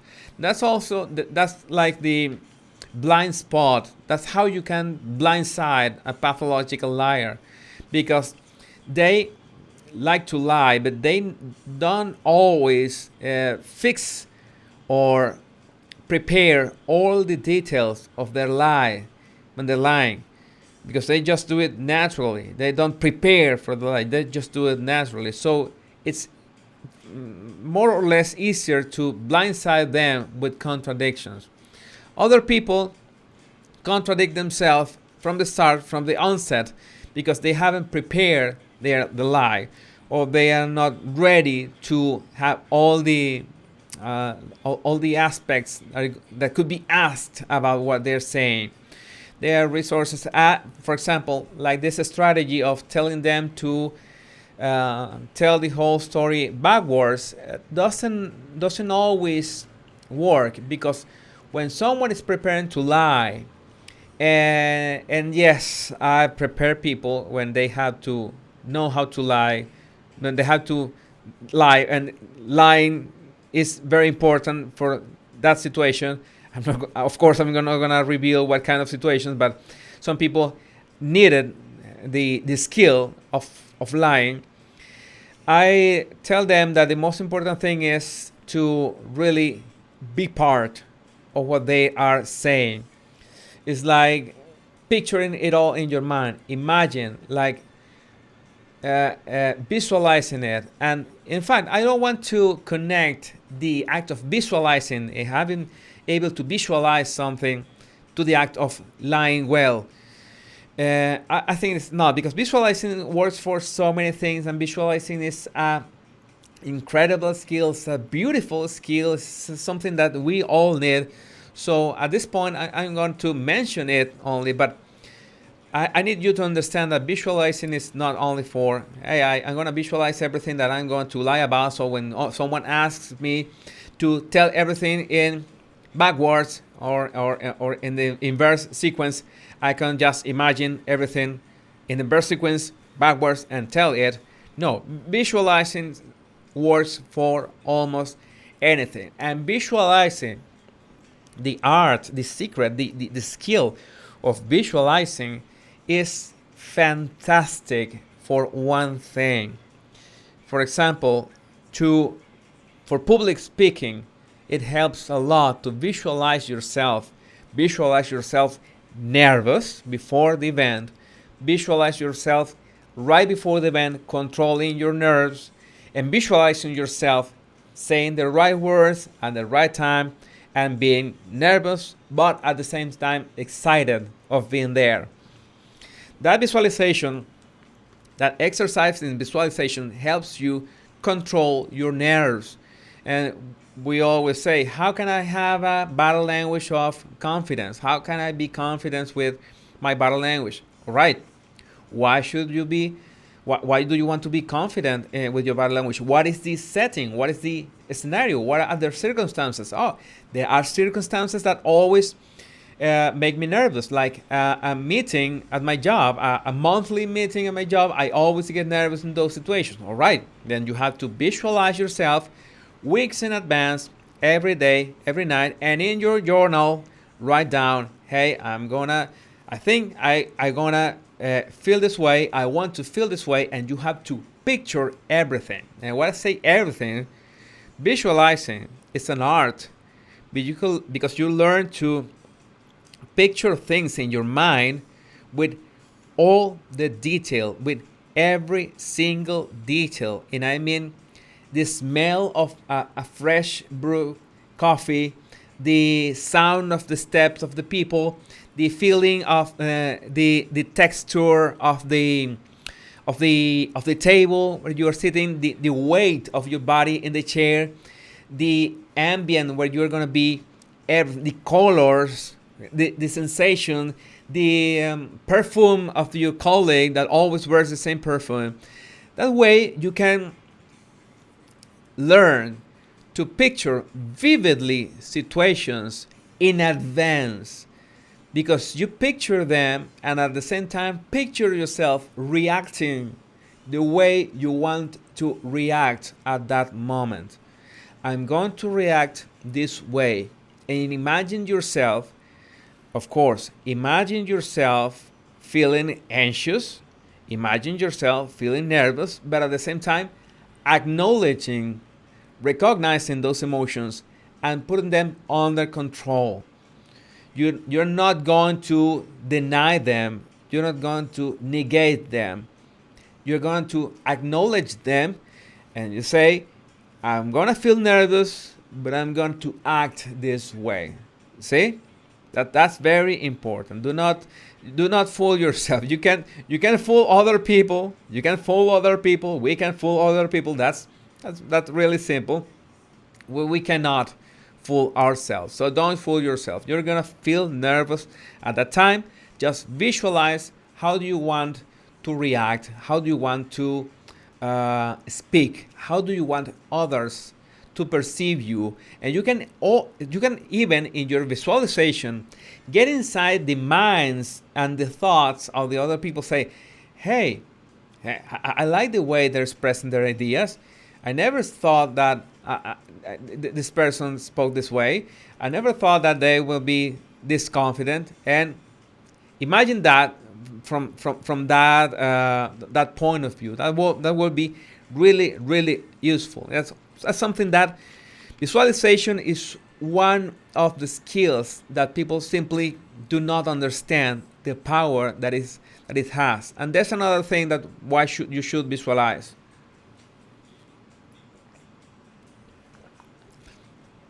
The other reason is because it lets you model to some extent, your future. Because you can learn to visualize how do you want events to happen.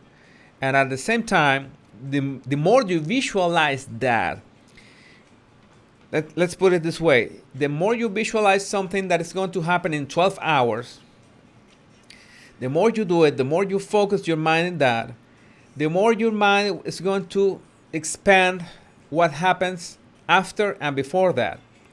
And it's like your mind is going to find paths, right? Or branches that will lead you to that outcome. I don't know how to say to say that at this point, but it works. It works, of course, it works much better if you can visualize something days in advance and even weeks in advance. You have an important presentation at the university or at college or at your job or any event that requires that you feel serene, or a TED Talk. You visualize and imagine the stage. The stage is going to smell like this. I'm going to feel a little bit anxious. People are going to be seated there waiting for me to talk. There are going to be lights, very strong lights on my face. I'm going to be wearing this and I'm going to feel the weight of the clothes. I'm going to think about the thoughts of the persons that are going to watch me. I'm going to model those thoughts. What will they be thinking at that time? What will be their opinions of what I say? I'm going to figure them out. I'm going to visualize everything. And the more detail you imprint and you visualize, the more you will model simply your brain to achieve that outcome. We're not talking that you're going to control the minds of the people, but you are going to control your own mind and your own outcome, and that's all you need.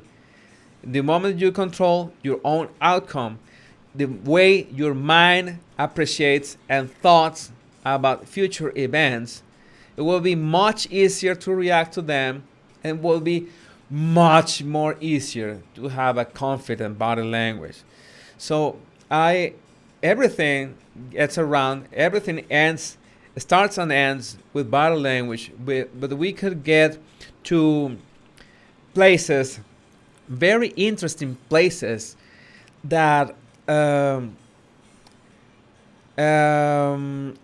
very interesting events, the way that we want them to happen.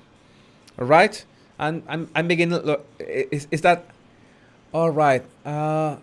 Yes, I thought I had lost sound here, but I think that you still listen to me, right? Listening with no problem. All right.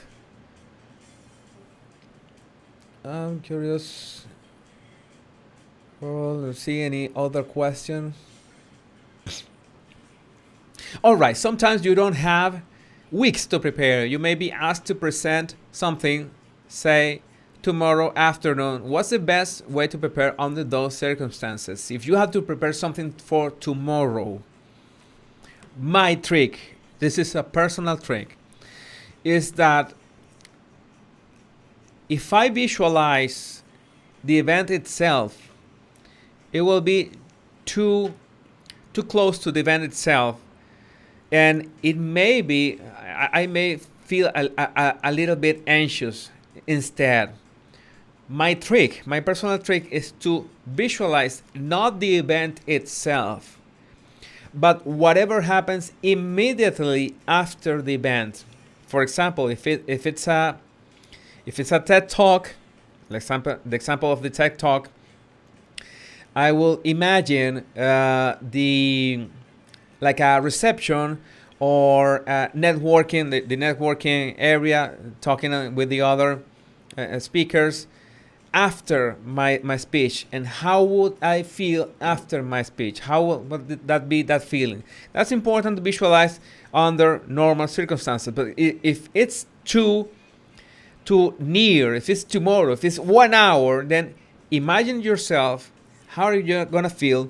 Relieved, fine, even euphoric, because everything went well right after the event that triggers your anxiety. Imagine that moment after the event, and with every color, with every shape, the smell, the people, the sounds, everything. It's really important. I know that I'm overwhelming you. I'm telling you to watch a movie, start journaling, start practicing visualization. But I don't want to overwhelm you, because if I tell you to do 3 things, you will end up doing none of them.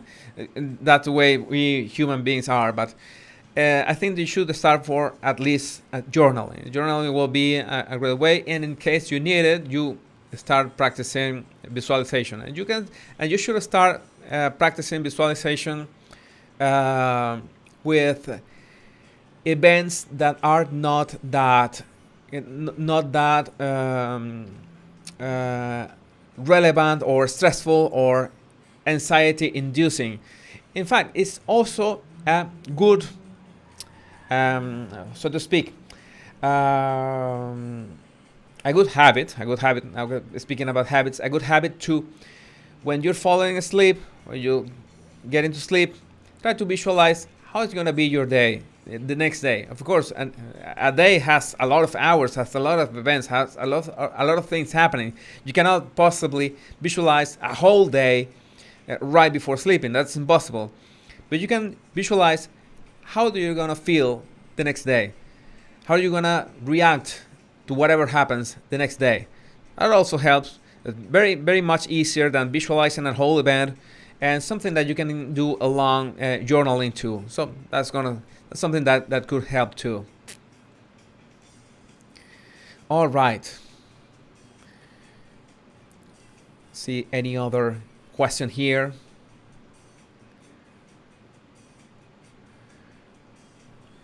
What do you write on a journal? Oh, excellent question. Sorry if I didn't make it clear. What do you write on a journal? Asks Duking Felonies. You write on a journal what happened in the current day, the day that is going to a close. Today happened this. Today this happened, and I felt like this about it. Every event that is imprinted in our memory is imprinted because it has a memory, a feeling attached to it. It's like you have, this is the mind, right? Or this is the mind. Okay, this is the mind, and you have this is like a, let's say that this is an event, any event. The odds of that event getting imprinted in your memory is because it has a emotion attached to it. There's something that triggered an emotion in you. For example, if you met a person on the street and it was just saying hi and goodbye, there was no much emotion on that, then you most probably you're gonna forget about it. You're not gonna put in much importance. But if that encounter triggered an emotion of sadness or anger, it's going to most probably will be imprinted in that event and will be like will have a heavier weight in your memory. The journaling is for, at the end of the day, be aware of what were the events that trigger my emotions. Today I have today have eggs and bacon for breakfast. Oh my God, that's nice. You have the people that journal what they eat for a diet or for fitness, right? But this is not the journal that I mean. I mean a journal about what are the emotions related of what happened today. Hey, today my brother talked at me this way. I didn't like it. What is the emotion that he triggered in you? Why do you think he triggered that emotion in you? Has he triggered that emotion in you other times? You don't have to write everything down. You just have to write what happened and the emotions. Of course, not everything has to be a bad thing. Sometimes you feel euphoric or happy for something that happened, for something that you achieved, for a goal. For example, I feel very happy for all the baddies that we are.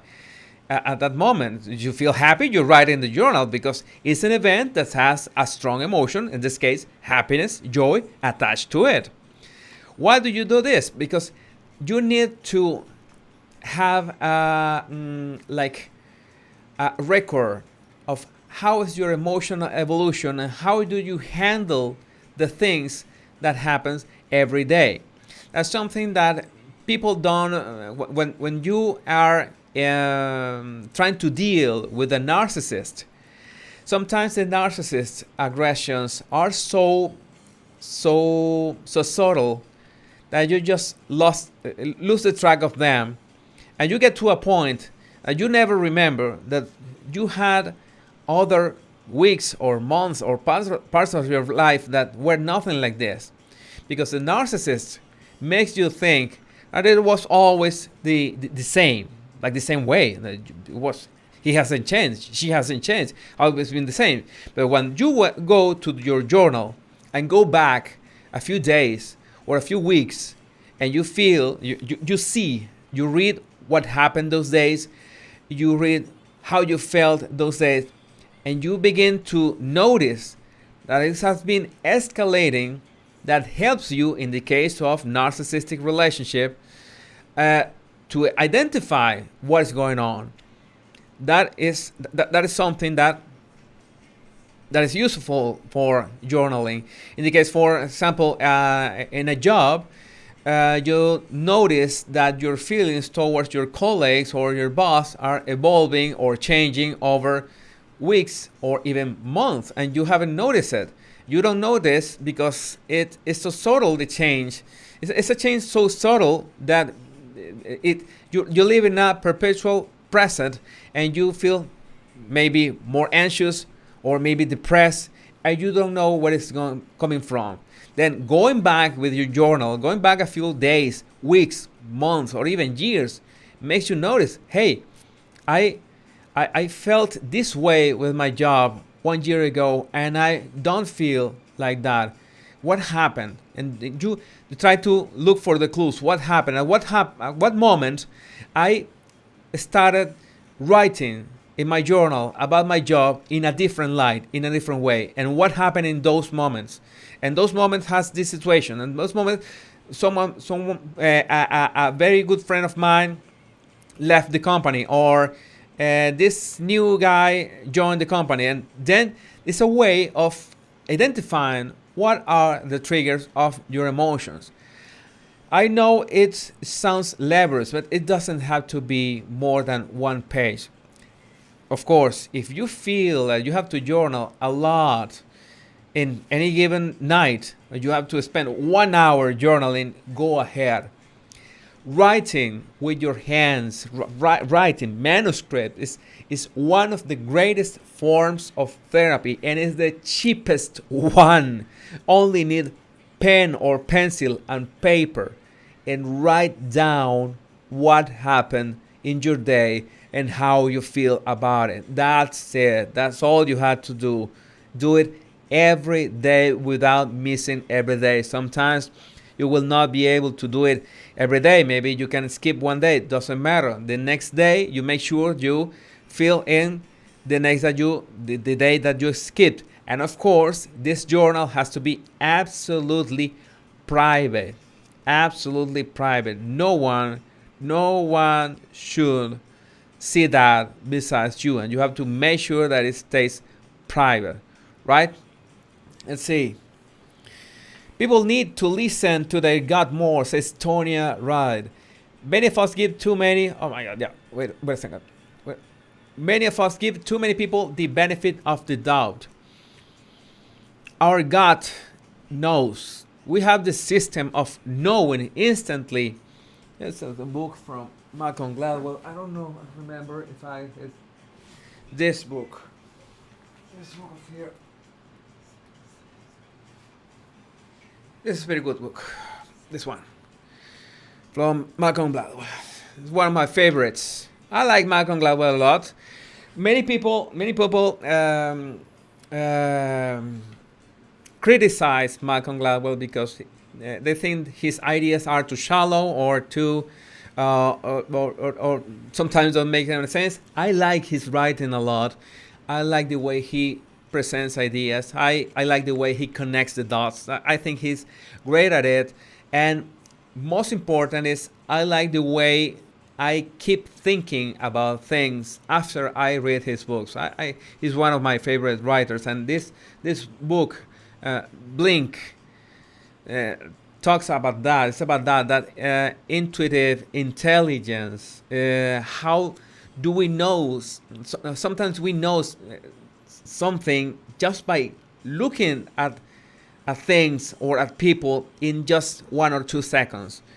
It's incredible. How do we manage to develop a perception system from experience and have this like fast system? Like it's also the book from Daniel Kahneman, Thinking Fast and Slow, that is very good at it. It's much more technical. It's much more dense. Blink is much more it's easier, an easier read. But it's a way to understand how our gut works. But our gut, our intuition, has its flaw, has certain limitations, and the most important limitation of our intuition is that we should not assign words to what our intuition says. It's like our intuition talks in a language that has no words. I don't know how to explain that, but it's like that. It's like our intuition whispers at us in a language that has no words. It's like a warning, something like that. It's a red flag, but it's not a red flag itself. It's not the word red flag, or it's not the word warning. It's something that we feel. The problem is that the exact same instant that we try to define that feeling with words, we absolutely lose or begin to lose very rapidly the effect of intuition, because the words are in our rational mind, and our rational mind needs from all those stimulus that we're like receiving all day, like millions of them. Our mind has to classify them in a way that makes sense and it's easy to process. But in that process, we lose some of the meaning.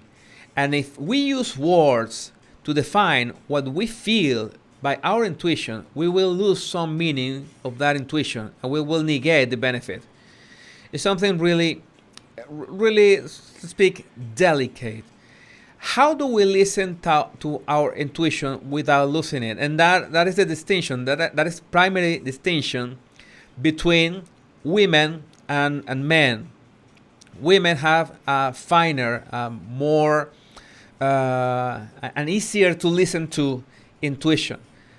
It's a bit harder for us men to listen to it. We can learn to listen to it, but the problem is that we need to not to think about it, but to just let it whisper without words. How do you feel about what you are seeing in that situation? I know that how do you feel has to be expressed with words, but it's very hard to describe a process that cannot include words. It's very hard to explain it with words. I don't know if I'm talking about. I just want to like drop this tip here, make you think about it, make you think about intuition, about a process that should not have words, and just think about it. And maybe next time have better words, a better approach to talk about intuition. But it works like that.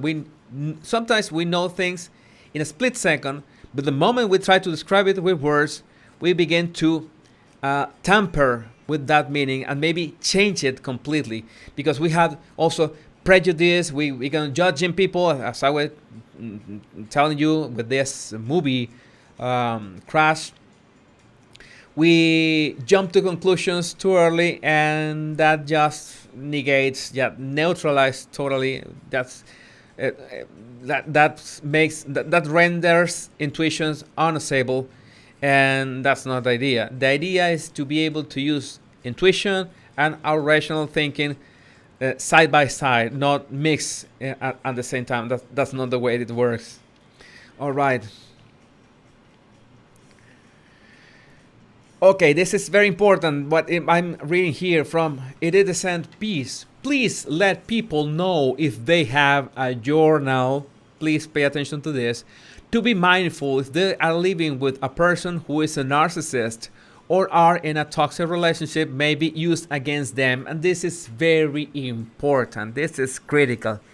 Please never leave your journal in a place that could be easily found from anyone. Then you might think then it could be better if we have a journal that is digital, that we can lock it, or a digital lock.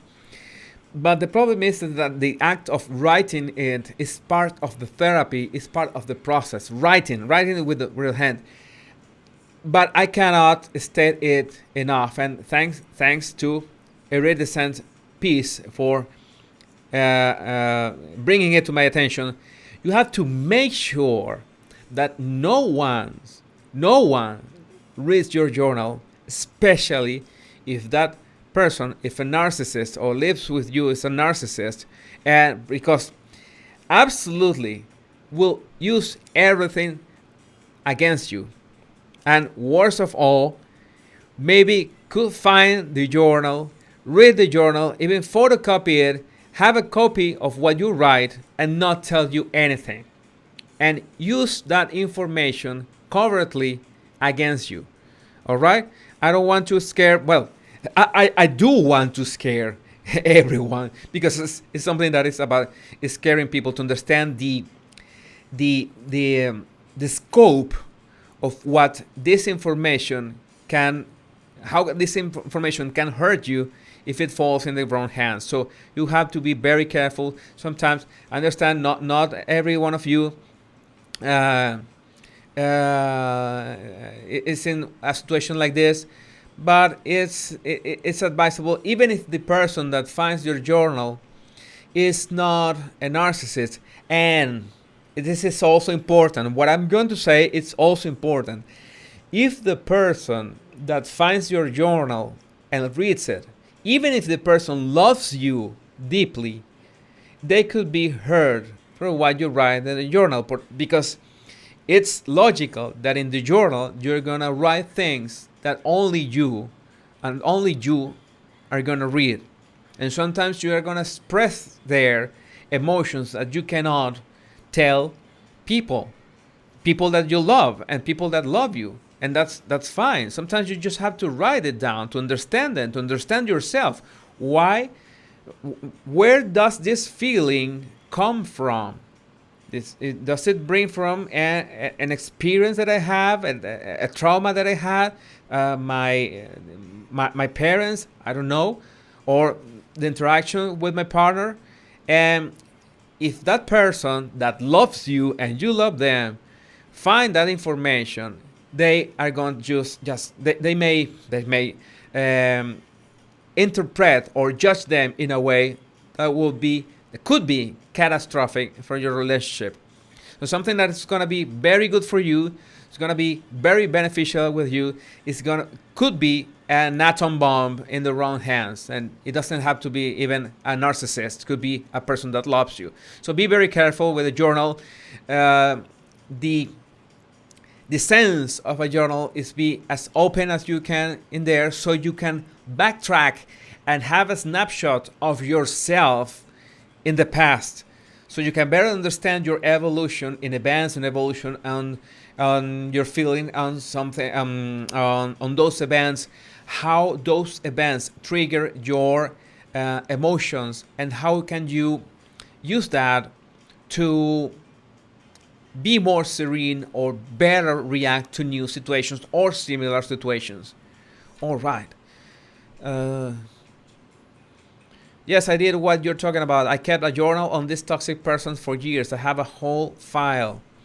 Yes, it helps. It also helps when you begin to identify patterns of people around you, not only for yourself, but people around you. And those process of understanding, hey, I felt this way and I felt this way, that's important.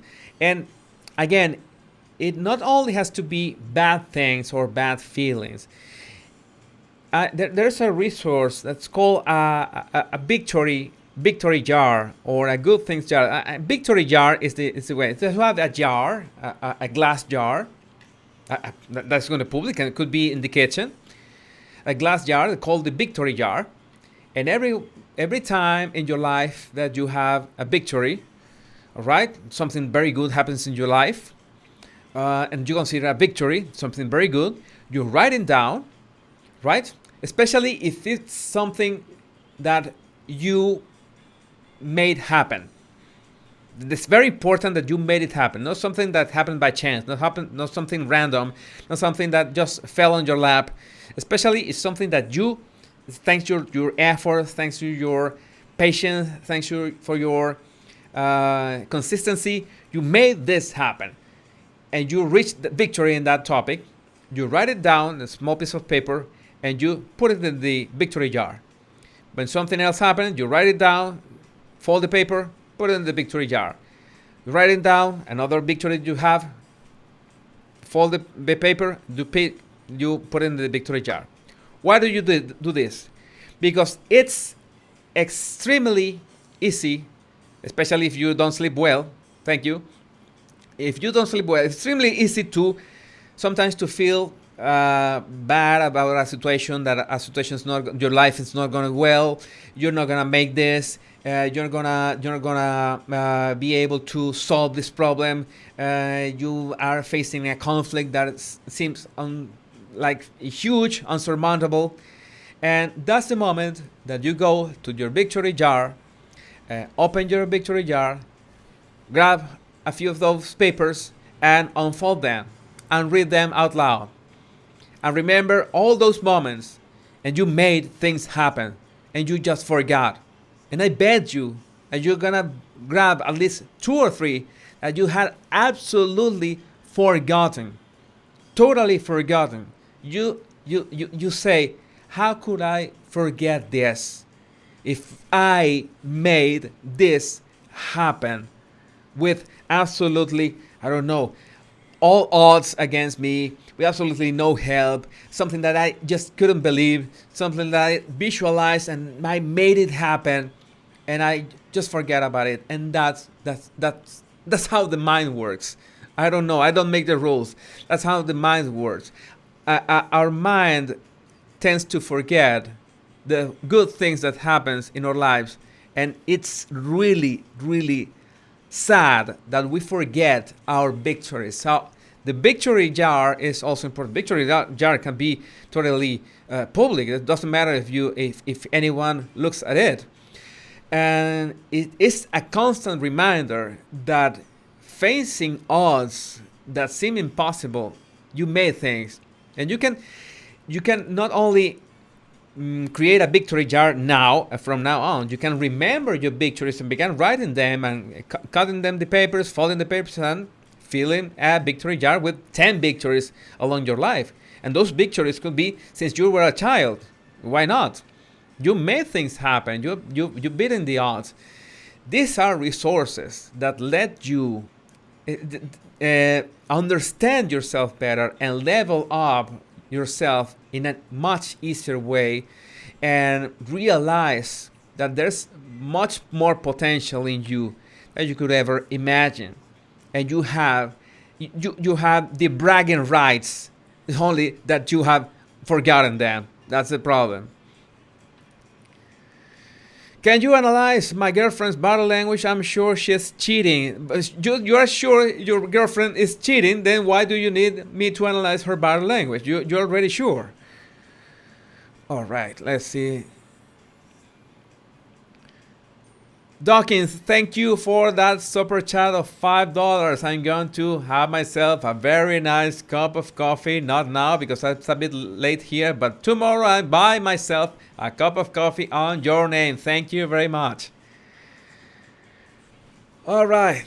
Jesus, you're so personable and full of knowledge. I sometimes think I should be trying to dumping a lot of knowledge that I want to just offload my brain just to have new content to connect more dots. I told you that I have a new channel. I haven't uploaded there yet. I have a lot of process. As I told you, I have too many channels, too many angles to my work, to my job as the body language guy. So I'm trying to cut down on them. But in this new channel, I will try to make these connections between philosophy. I love philosophy, psychology, human behavior, science, and very science driven, with popular culture, with movies, with series, with comics, with I don't know, with gaming. I think it's so many opportunities that we have to understand the classics. If we want to know about philosophers, we could connect that with our day to day, with the series we watch, with movies we're gonna watch. We're returning to the cinemas. Thank God, I love going to the movies. Eat popcorn, watch a movie in the cinema. We're getting back to that already. So I think that's something that we need, and something that I need, that offload some knowledge. And there's another super chat from Respectably Truthful, another $5. Thank you, Respectably Truthful. I'll be having myself tomorrow a glass of good wine in your name. Thank you. How do you know if you're being smart and listening to your intuition, or being paranoid? That's something. Being paranoid or being smart or listening to your intuition, that's something that only you can detect. every one of us have these different personalities, different set of values, different set of how do we manage to interpret the world that is going on around us. And that's one of the concepts of philosophy, that what we perceive not necessarily is reality itself. We're perceiving is filtered through our prejudice, our judgments, our way of looking at life, and that filter is distorting reality. How do we know that that distorted reality is not harming us? How do we know that our perception is not harming ourselves? And that's why it's so important that we get to know both people around us and ourselves, because we sometimes get so lost in the way that people behave, that we think that the way that they behave is the right one. Hey, they react to this. They react to these events this way, so that should be the right way, right? That should be the right way to react to this event. But we have our own way to interpret, and we have our way, our level of tolerance to the actions of other people. So our intuition will be like fine-tuned in a different way of other people. So that's why it's so important to recognize our own feelings. And I know that this is something that I'm gonna be repeating every single live, because it's something that is so fundamental to our well-being and to our social interactions with other people, to realize that connection starts in both recognizing our difference, that people are unique, that people sometimes act irrationally in ways that we don't understand, and we have to give them the benefit of the doubt. And at the same time, we have to try, and this is very important, not be so harsh on ourselves. No harsh on, because we always judge ourselves too seriously, too harsh. We are too harsh with ourselves. And what happens is that we censor ourselves. We say, hey, I'm not gonna do this. I prefer not to do this, because that's gonna end up, like I said earlier, the videos are not gonna end up the way I want them. And you end up like, how do I say that? Censoring not only your words, but your actions. And just live a life where you censor your actions. You're not living to your full potential. And that's really sad, because all of us, every single one of us, deserve to live a life full of joy. Like they say, we deserve to be glad, happy, joyful of waking up in the morning. Yes, that's the way that it should be. Both Tia and Iridescent Peace have bring me a super chat of $5 each. Thank you very much. I don't know, more coffee, more wine. I like coffee and I like wine, but I like coffee a lot more. And but I think the best thing about coffee, wine, or whatever is you fancy, I don't know, tequila, whatever you like, is sharing it with people you love. And I'll make sure to share it with you and your name. And I really look forward to someday meeting all of you in person. I want to meet you in person. I think someday, for many people right now, is almost a luxury, and the sharing the same place together, sharing together something. I think in the near future we will have not a new normal. It's not about a new normal. It's having a new perspective on what are our relationships, and what did we miss in this pandemic. The hugs, the handshakes, the kisses, the embraces, so many things that define us as humans, and so many things that spark that empathy between us and makes us feel part of this bigger group of beings that are not just this body, this this moist robot, like someone calls us, because we are something beyond this. We're something beyond body language. Call it spiritual, call it the way you want, but it's something that is magical, that is really metaphysical, and we have to experience that person to person. Touching is one of the greatest actions between humans and a direct connection between humans.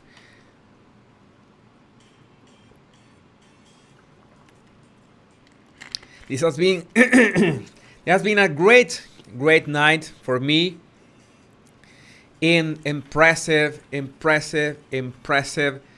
Thank you, Los Angeles. Laura from Los Angeles, I assume. $4.99. Literal inspirational, so humble. Thank you. I just want you two things. First one is to try to have better perspective on what it means to feel your own emotions. To realize sometimes we have to take them under control, but always we have to acknowledge them. Understand why they happen, when they happen, and our own patterns. And that's another topic that I will leave for another live. That is the values. That we each of us, every one of us, has a different set of values, and this is very important because not always our values are aligned with what we see in the outer world. That's important.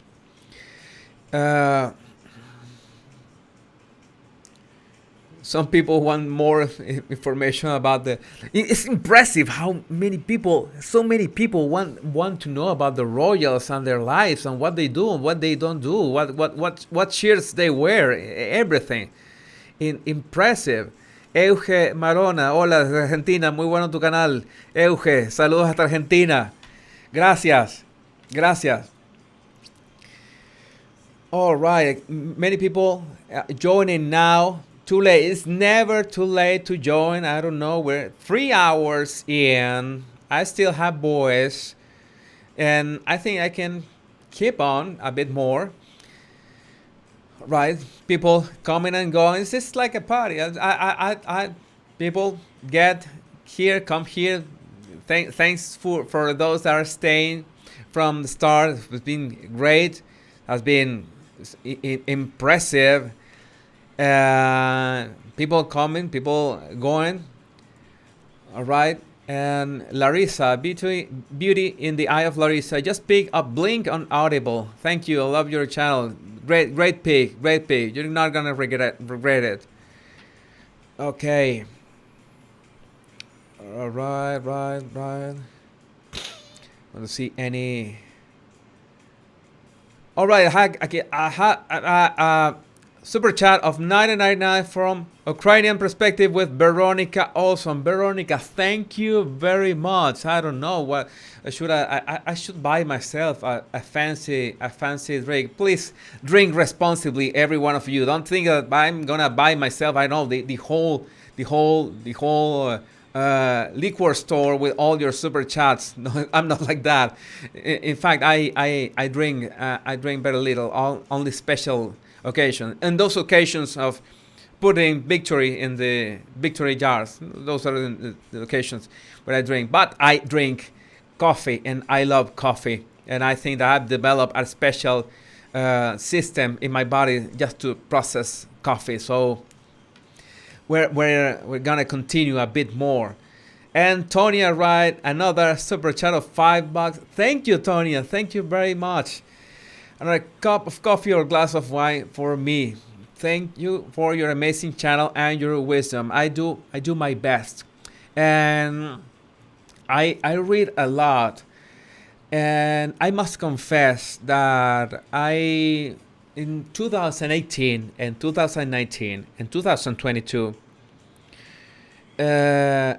mainly in 2018 and 2020, I read like a madman. I can say that I read too much. And you can read too much. It is possible to read too much. And I, like 6 months, since 6 months from last year and this year, I'm trying to like taking myself a bit easy on the books, especially because we all need time to rest, time to let our ideas connect with each other. That's another reason why I couldn't have kept up making videos every day for YouTube, every day, every single day, one video, because I knew that I also needed time to rest, time to offload the information from one day to the next.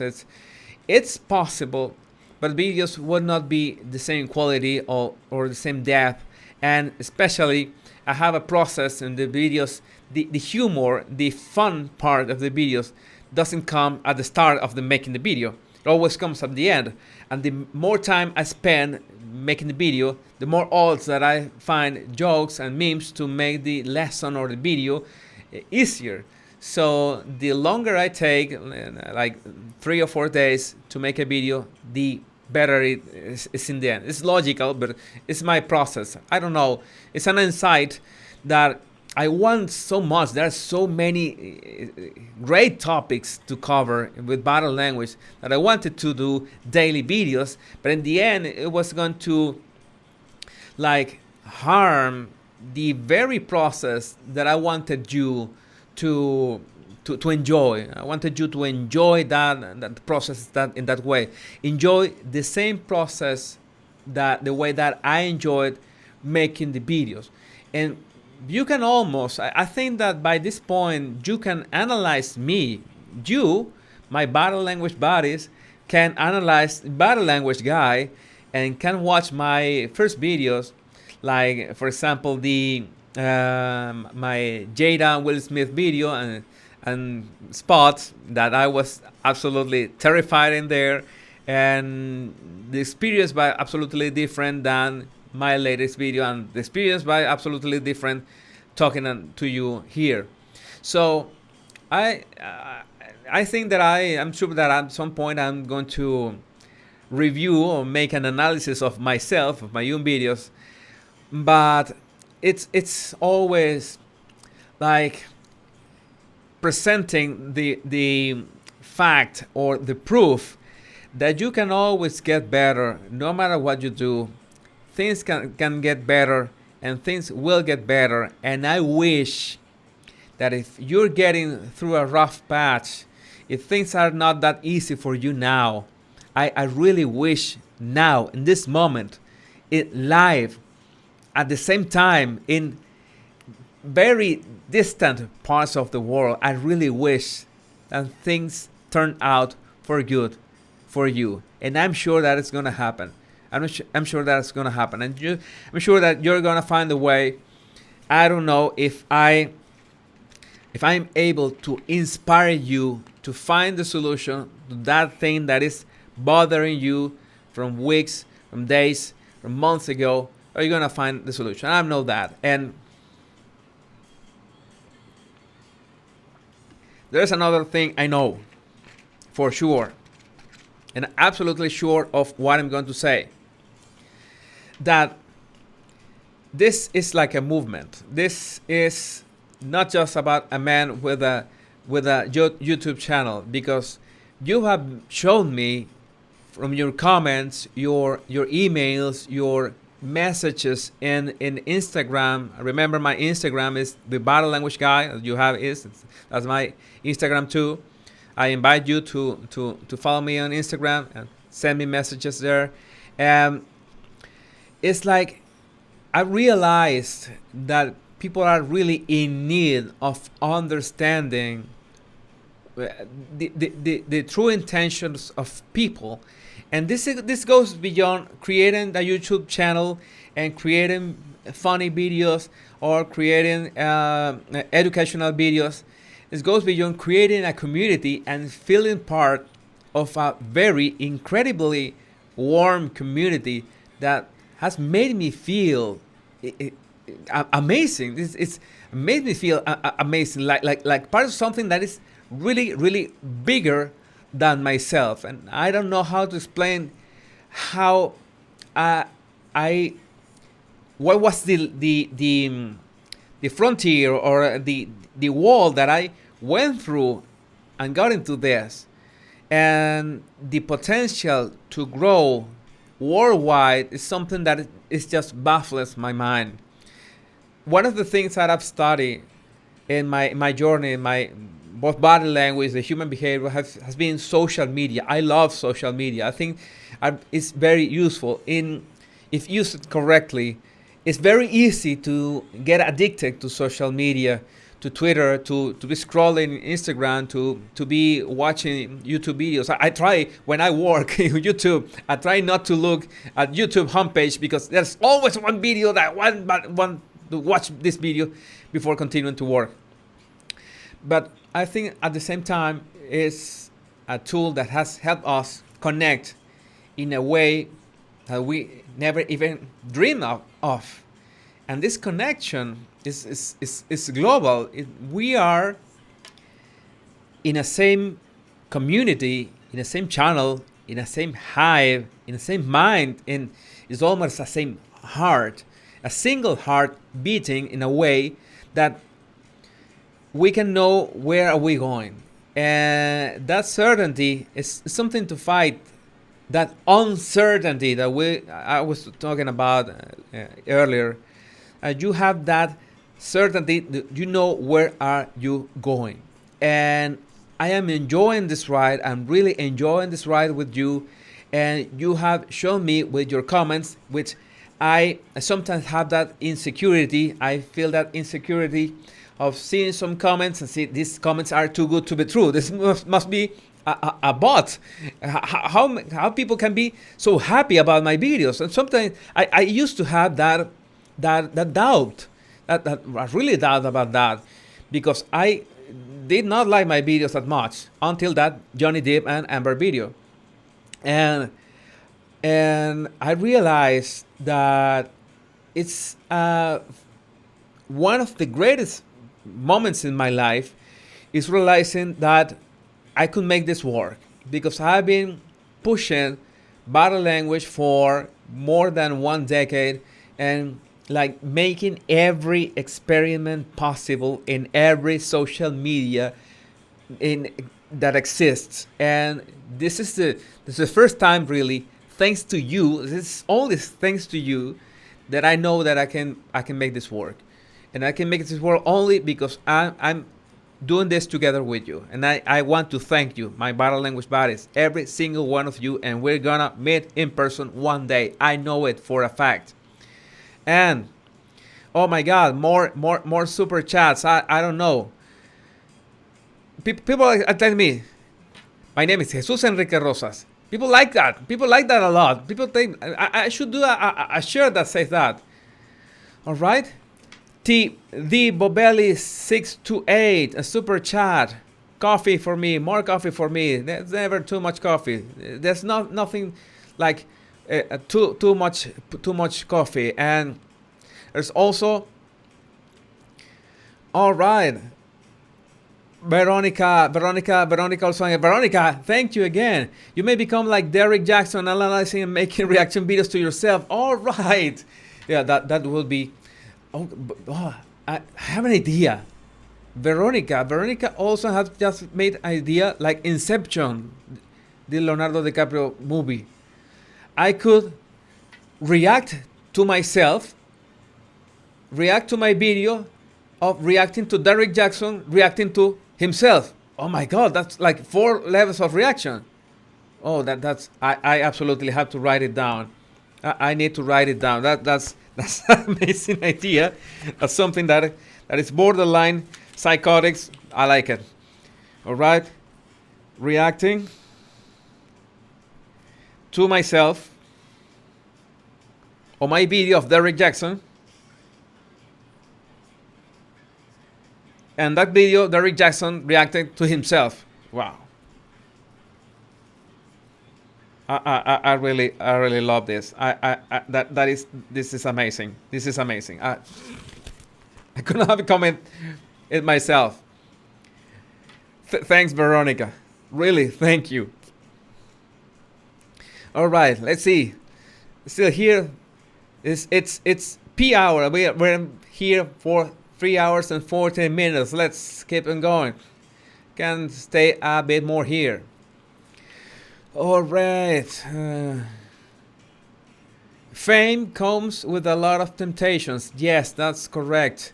Please stay the same. You're amazing just the way you are. Thank you, Rasha Al-Ghali. Thank you, Rasha. I'll try to keep on track, and especially trying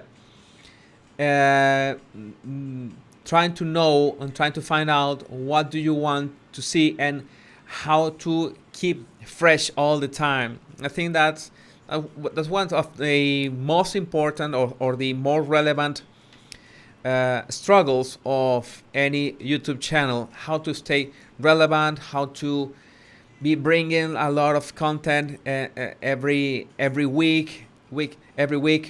And one of the things, one of the advantage that I think that I have is, since having so many knowledge on human behavior, I can connect many dots along many videos on many topics that create many lessons that you can apply. So I think that I can do that.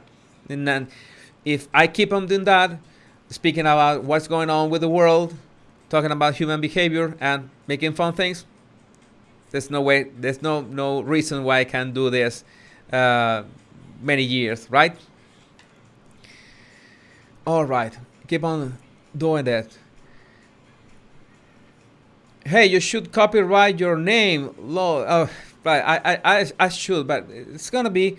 In fact, in Mexico, many Jesus Enrique Rosas, many of them. I just bought the domain name, the web domain name in these days. I registered the Body Language guy as a brand. Was the only provision that I made, but why not? My name should be registered. I should register the way I say that. It's more important. The accent. Jesus Enrique Rosas. Very, very important. And yeah, Veronica is dying because the multi-level reaction. The multi-level reaction. I have to do a multi-level reaction of Derek Jackson. That will be amazing. Should we just feel our emotions instead of putting words to them to process them? And a question by James. James, I think we should try to first listen to our emotions without words, and then to the fact of being able to journal them or remember them along the way, we have to put them to words. That's a very important for the aspect or emotions. It's very important our vocabulary on emotions. Most of us have a very limited vocabulary of emotions, and there's a richness in any language, in English language, in Spanish, about all the words that defines all the subtleties of every emotion possible. In English, you go to Paul Ekman page, Paul Ekman, Paulekman, Paul Ekman page, and the Paul Ekman Institute, and he has a whole catalog, not only of emotions, but a whole vocabulary on emotions that can help you, like, learn vocabulary on emotions and be more, have like more words at your disposal to define your own emotions. This is very important. It's like when you know only basic colors, and you understand the more complex color, tertiary colors that are the mixes of the basic colors, and you have a much larger palette to be able to combine them. It's the same with emotions. You need to be able to define emotions in a first immediate phase, recognize them without words, but to remember them, to write them in your journal, you have to bring them to words. And the more words, the more emotions or words related to emotions that you know, the better.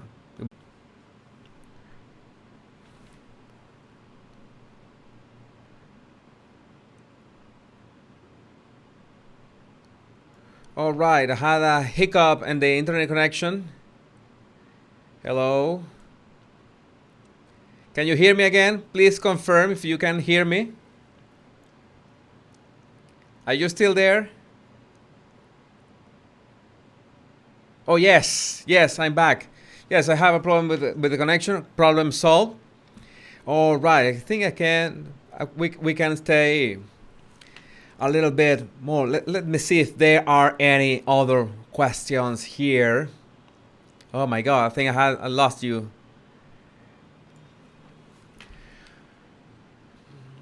Okay, this is an interesting question from Andrea H. Question: if we mirror expressions, does it create the feeling or emotion by us copying the happy, angry face? Yes. You can, in fact, that is a cheat code of human beings.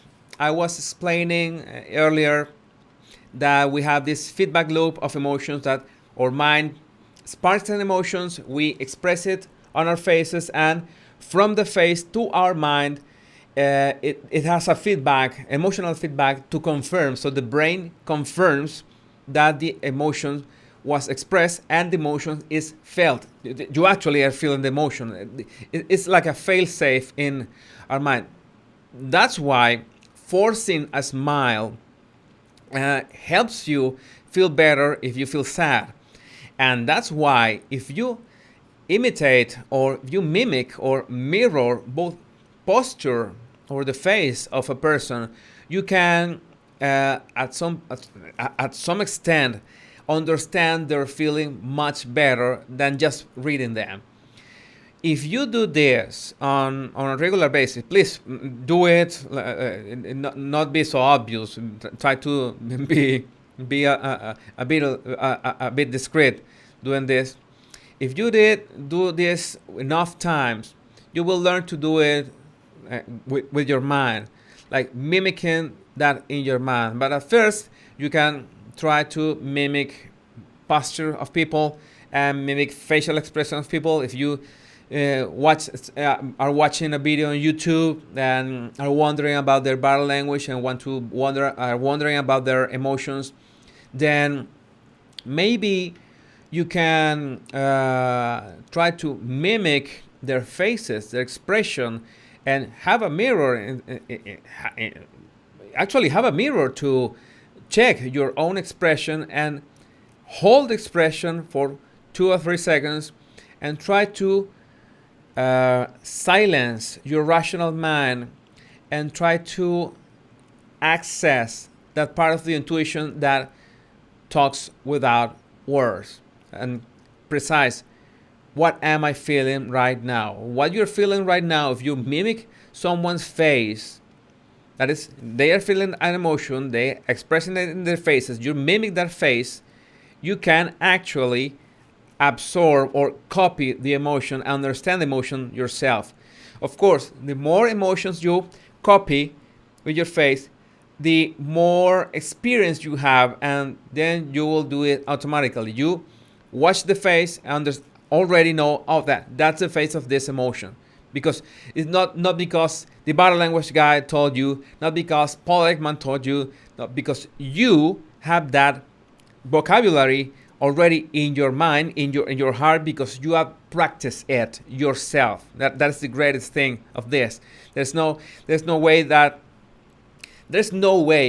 that I can get away telling you something that just doesn't work. I couldn't. I make sure that every single thing that I told you here, you can apply it and you can confirm that it works. And I know that you're going to confirm that it works, but I've confirmed it myself. And that's the greatest feedback that we can have here. All right. Thank you, Andrea. See, which other questions? Okay. Let me. I'm gonna write it down, Veronica's channel, because I want to follow her when we finish the live. I don't know when we're gonna finish the live.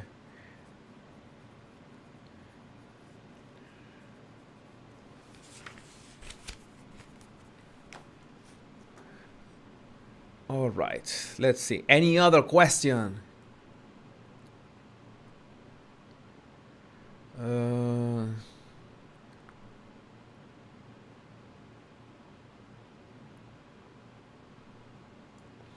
Do you ever take requests for videos to analyze? I have like 100 requests in a very long list that I don't know if I've ever be able to finish. And I also take requests for private videos. If you need to analyze images or videos, just send me an email. My email is in the description of my YouTube channel. So if you need a analysis of a video, of course, I'm here and I can help you. I usually check first the nature of the video.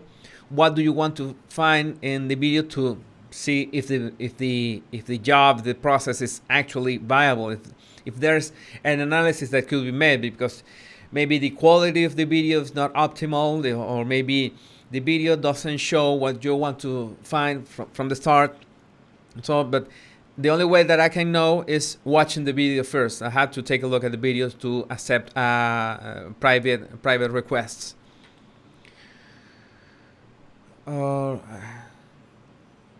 You would make an amazing movie critic. Oh my God, movie critics. I have a love-hate relationship with movie critics, because they help a lot in the sense of they help me have better insights of what makes a narrative or a movie good.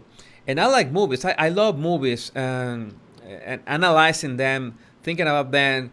I'm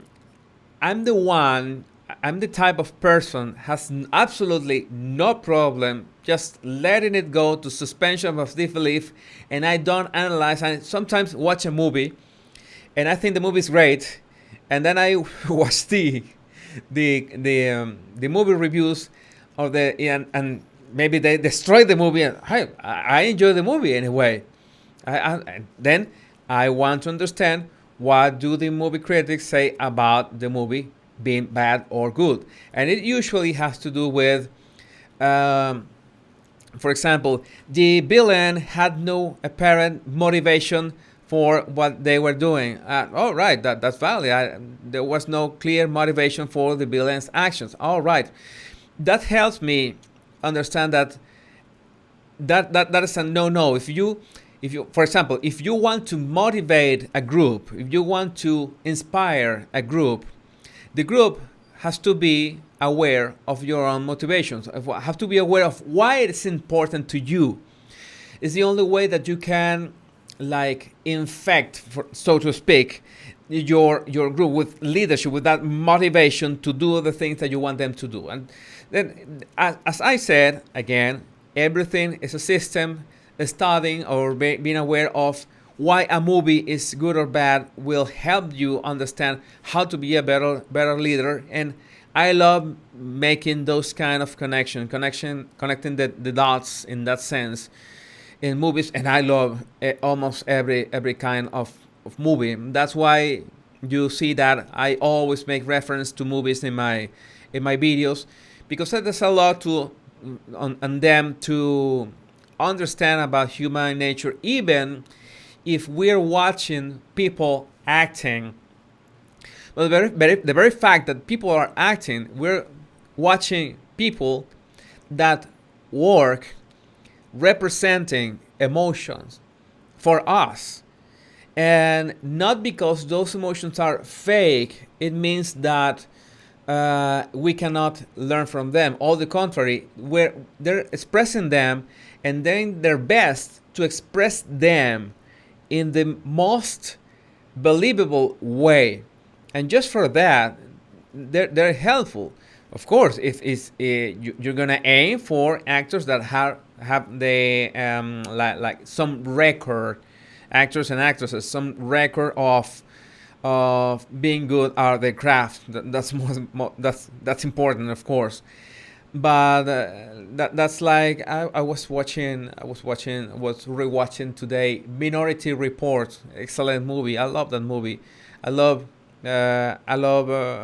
science fiction movies, Steven Spielberg movies, and Minority Report is one of my favorites. And I was amazed the way that it's not only the voice, the script, the acting, but also the lights, and the way the camera moves, the way everything is directed, etc. And it reminds me about the human behavior and the way we communicate. It's so rich. There's so many angles. There's so many aspects of our communications, and I don't know. It's something that I don't think that I will get to. How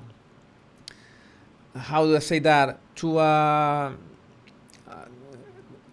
hey, this is the maximum. This is the max that I can understand about human behavior, because we have so many angles that we could study. All right, let's see. Any other question?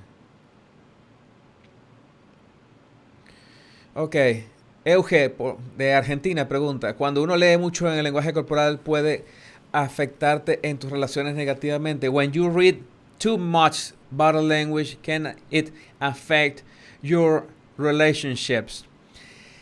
The question is, if you stop at reading body language and not ask yourself the question of what was the emotion that triggered this behavior in the person. If you only read body language and not go the step beyond to ask yourself the question and find out about the emotions of the other person, then it is going to hurt your relationship, because you're gonna spot liars everywhere, but you're not gonna understand why they are lying. When you understand why a person is lying, you're nearer and nearer a better relationship with them. Sometimes uncovering, sometimes understanding why people are lying and discovering lies makes you strengthen your relationship with them, makes you helps you create better relationships with people. It doesn't alienate you from them. It makes you understand their motives, their struggles, everything. And that way you can separate the ones that have redemptions for your relationships and the ones that you can just cut off. But you have to go the extra mile. You have to ask the question, why are they behaving like this? That's very, very important. Have you ever been asked to be part of a criminal case and see if people are stating facts? Thank you, Miriam Turcotte. I've worked with criminal cases. I really don't like to work on that topic. It's something. There's a saying that the more that you stare in the abyss ends up staring at you. That's the saying in criminalistic. So it means that the more that you get into that world of criminal cases, it ends up eating your soul. I don't have any other like explanation or description for that.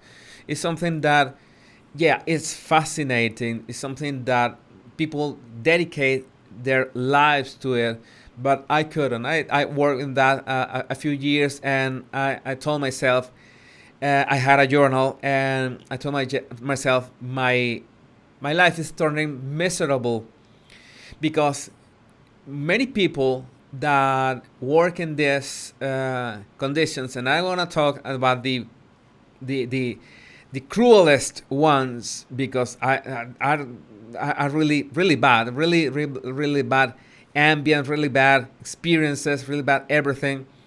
They end up having panic attacks. They end up with I don't know, so many how to say that, effects of working in those conditions. People that are more like strong than others, and I can even imagine the ones that work with crimes on children, like this series, Law and Order Special Victims Unit.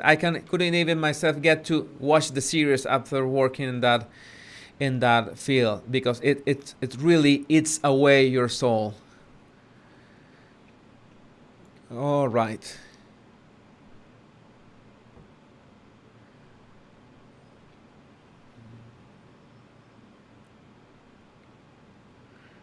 Let me see any other question. I still have voice. I haven't lost it yet. I didn't realize that I could be talking all this time. Did you ever watch Lie to Me? Of course I did. Lie to Me was a great show. I understand. In fact, it was the time that I started my first body language blog in Spanish back in 2010. Lie to Me went from 2009 to 2012. I started my blog in 2010. And it was a great show, but I think I know why did it end up so abruptly. And it was the way it was too technical in some way. They had all these toys and it was too focused in the technical part. It is technical. This is a process that can be very technical, but the series, the show that better focuses, that better presents the way that body language works in real life is The Mentalist. The Mentalist is much better, much more realistic in terms of body language than Lie to Me. The way that Patrick Jane, the character of the Mentalist, that's played by what is the name of the actor again? What's the name of the actor that plays Patrick Jane? Is Simon, right? Is Simon something? I don't remember. It's played by Simon Baker. All right. Oh, it's really nice name, Simon Baker. It's played by Simon Baker. The Mentalist is much better in the terms of body language than Lie to Me. And of course, the thing that The Mentalist lasted so much more is not much like for the body language. The fact that it had a story arc that made more sense to keep people viewing, since it has a great story. He looking for this man that killed his wife, his daughter. I don't remember well. The Red was its name. It has this overarching story. That's why it lasted more. That uncertainty that had people watching the series, what happens if he finds the killer, or I didn't know. In the end, I don't remember if he found him or not. And that's why series like the Blacklist have lasted so long, with a premise that it was almost episode to episode. And that's the kind of things that we can pick up for ourselves. Those series lasted so much because they played or they used our desire to know, to unveil that uncertainty, to uncover that mystery on the next episode and the next and the next and the next. Thing that didn't work with Lie to Me, but Lie to Me did not build that overarching story over every season. And that is something that helped us as human beings for persuasion. For example, when we want to make people interested in a project of ours, or want people be interested in us, one of the biggest letdowns for someone is to reveal everything about our life the moment that we met them. That's something that no one should do in a first date. Reveal everything that they do and spend almost everything and leave no mystery for the second date, because people lose interest. And it's exact same principle, the principle of uncertainty. We fear uncertainty to an extent, but when that uncertainty is under control, in this case, for example, a series, and that uncertainty is unveiled, progressively unveiled, and we are engaged with that unveiling, then we're gonna be engaged in the process. That's the same with the first date, meeting someone, knowing someone new. You don't tell them the whole story of your life or all the details of your life or a whole resume of your life on the first date. That's not they will just lose interest. All right.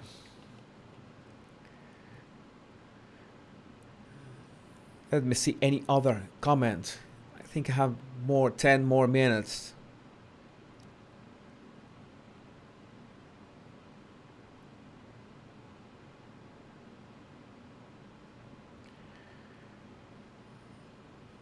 Yeah, I have some. Miss Lee, I have some question about narcissistic people. Am I able to contact you about this topic? Yes, you can send an email. But a word of warning, I check emails most of the time once a week. I'm checking emails once a week, so I'm going to take a little to respond. I will respond, but it's going to take a little. I'm a little bit overwhelmed now. I could answer your email, but I'm gonna take a little. All right, gonna be wrapping up now because I want to show. Okay, very good question, Natalia Pola. I want to show more strength and confidence. Any tips? First, most important, what is the event? What is the circumstance in which you want to show strength and confidence? Because you cannot show strength and confidence all the time. That is absurd. That is impossible. And you don't want to do it. You want to say, in this moment, in this event, in these situations, I want to project strength and confidence. When I walk in down the hall at college, I want to project strength and confidence. The first thing, the easiest thing, is standing tall with your shoulders back. Jordan Peterson was right from the start. And the other one is try to your chin, try to that line that projects in front of your chin, make sure it stands on an horizontal, imaginary horizontal line. All right, not to your chest and not upwards, but in a horizontal line. Another thing is try to be polite with people and look to the eyes. You might think that this doesn't have to do with power or confidence, but being polite and looking to the eyes and treating people, trying to them to feel well, goes a long way, a really long way. Being polite, looking to the eyes, walking tall, keeping your chin up. Start there and watch the change apply those. Watch how how people treat you change, and let me know, because this works. It doesn't have more than that. It's that simple. All right. All right, one last question. Yes, this is very, very good question from Stacy Gregory. Do you consider cultural differences in expression and behavior when reading body language? Yes, I try to start from what is universal, like the expression of the basic emotions and the proxemics of people that it begins to be different from one culture of another. For example, people in Spain talk like in centimeters one from another. I can't stand that. And people in the UK talk a little bit apart. So it's not the same that you see two people talking really near in the UK, the two people talking really near in Spain. So because it will be totally different. It will be an event in the UK. It will be anything, nothing in Spain, and that's important to understand. And there's also the differences in emblems of the way people use the hands to convey certain significance or certain certain significance, like for example the OK sign in the US is not always the same meaning in other countries, so it will be a bit awkward to mess it up. Or in Japan, this sign is for money because it symbolizes the coins that have a hole inside. So the emblems will be different for every country. The way, for example, they talk in the Middle East, the volume of the voice in the Middle East will be different from in Colombia, for example, and so that's important to know. But sometimes it helps that you, for example, I look in a video of people of the Middle East, and you spot that they are talking more or less the same way, and in that more talking the same way, you can see that there are differences. There are people that are talking more than the others. So even if you are looking at, for example, a culture that you don't know well, you can see that in that same reference, that two or three people from the Middle East talking, there are variations. Then you have a baseline. You're spotting a baseline. Or they three that's these similarities. But one people is showing those variations. What kind of variations? I don't know. They're scratching their ear or their nose, or they're talking louder, right? And then you ask, what is happening at that moment? Did someone leave? Did someone arrive? Are they talking about one topic, a certain topic? What are they doing at that moment? What triggered that change? So even if you are watching a culture for the first time, a culture that you don't know anything about, you can spot patterns in them, and you can spot outliers in those patterns. Once you spot outliers of body language in those patterns, you say what happened at those moments. Were they talking? Were they not talking? Were they talking about one topic? What happened? What happened that triggered that emotion? We go back to the beginning. Body language analysis observation is an exercise of spotting reactions to something. If you can trigger that reaction, much better. How do you trigger that? Asking questions, interacting with people, having conversations. I know it's not easy for introverts like me. I'm an introvert. I always have a hard time starting a conversation. I have to do it consciously, and I have all the tools that I have developed for years to do it in a way that it's not difficult for me anymore. But it is possible. It's totally doable. I spotted a super chat here from Sally Speaks. Thank you. $3.99. Gonna buy another cup of coffee. I'll be drinking coffee the all Sunday long. Can you cover Scott Peterson, please? Let me write it down. Scott Peterson. what did Scott when you pitch a topic, it would be really helpful for me if you tell me what do you want to know about that topic in particular. Scott Peterson, what happened with this guy? Did he rob a bank or something? What he did? What did he do? That helps me a lot, because sometimes people tell me, "Hey, Jesus, can you tell me what happens in this video?" And I can watch the video and I can say so many things happening at the same time. I can tell you my general appreciations of the video, and maybe you'll be a little bit disappointed because I'm not talking about the exact same, the exact thing that you want me to talk about. And that's why it helps a lot. What happens to, in this case, Scott Peterson? What happens to? Okay, he killed his pregnant wife. Oh no, yeah, I remember. Yes, yeah, I remember that case. All right, yes, I had in my schedule. It was ringing something. It's something creepy. I cannot remember. I just know it's something creepy. All right. Let me see. One last question. It was last question like half an hour ago, right? One last question. Now this is. Well, Veronica says, how does one become a body language expert? It's pretty obvious. You gotta be born with that. I was born with certain observation abilities. I first used my observation abilities to draw. I'm an illustrator. I like drawing. I like painting. I told you at the start of this live that I'm an artist. In essence, I'm an artist. It is how I define. If I can define me anyway, is that.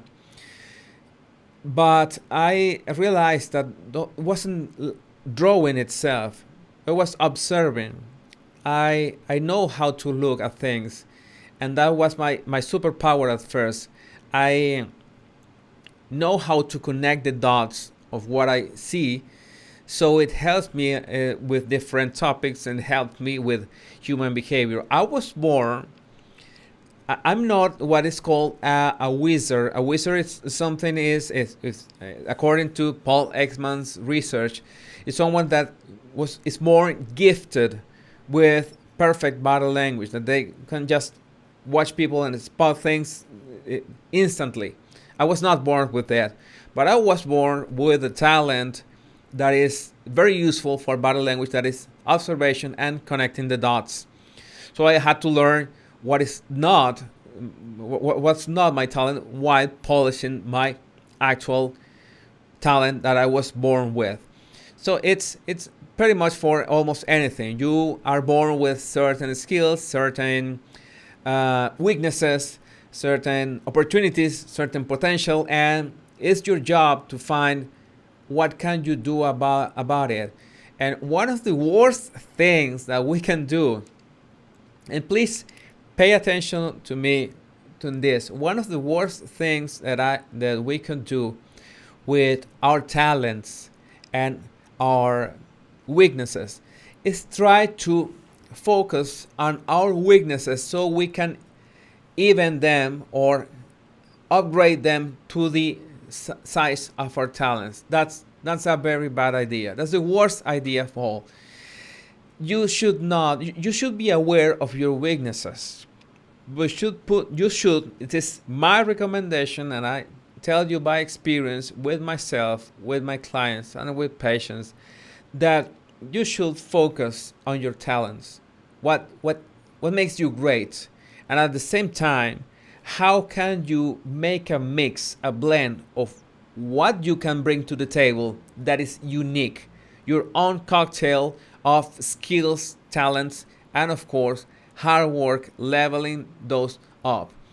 Because the amount of energy that you need to level up your natural talents is incredibly easier than upgrading your weaknesses to catch up with the talents. It's upgrading your weaknesses, trying to make up for your weaknesses is something impossibly more energy that you're gonna spend in something that is gonna frustrate you. So play the game with your talents, play the game with your skills, use them. No, don't go against them. And one thing that is very, very delicate, very, very critical, is that try to not pay that much attention to other people. That is one of the most important things I can tell you. And you will always need a mentor. You will always need an example. Try to copy what they do. Try to pick and get what you can be useful for you. But that's it. It's your journey, and polish, focus on your talents, on your skills. More important, and most important than anything else. All right. Let me see. And one final super chat from Eve, servant of God. Thank you. Can you cover Christian Baena testimony? Let me write it down. Christian Baena testimony. We're reaching out at the end of this live. Let me write it down. Richard. Christian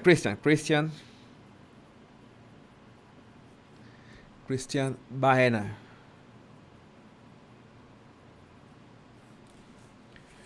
Most probably I will do something like that, like have an every Saturday, or the day that we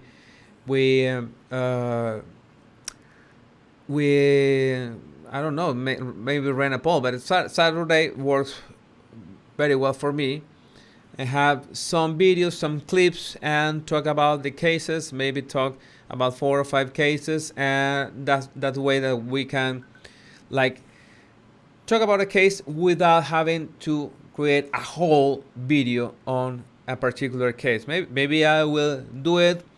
I've been thinking I really want to literally dedicate myself to this, so we're on the right track. That's what we are doing here. My brain is melting now, and I think I can not go much longer. Almost 4 hours. That was amazing. It was great, and I couldn't do anything less for you, my body language buddies. So has been an amazing journey, a beautiful journey, a fascinating journey with you by my side. I learned a lot with you. I'm really happy. I cannot express. I need to review my emotional vocabulary to express how do I feel when I see your comments, when I see your feedback, how do you apply, how do you find what I share with you useful. That's my main goal. And I wish that we keep having a good time for many years to come, and this will be the start, just the start of a very special friendship between us. What do you think? Thank you for being here tonight. Thank you for sharing this space for me, and I'll see you in the next video, next live. It will be very, very soon. I love you. Take care. Bye bye.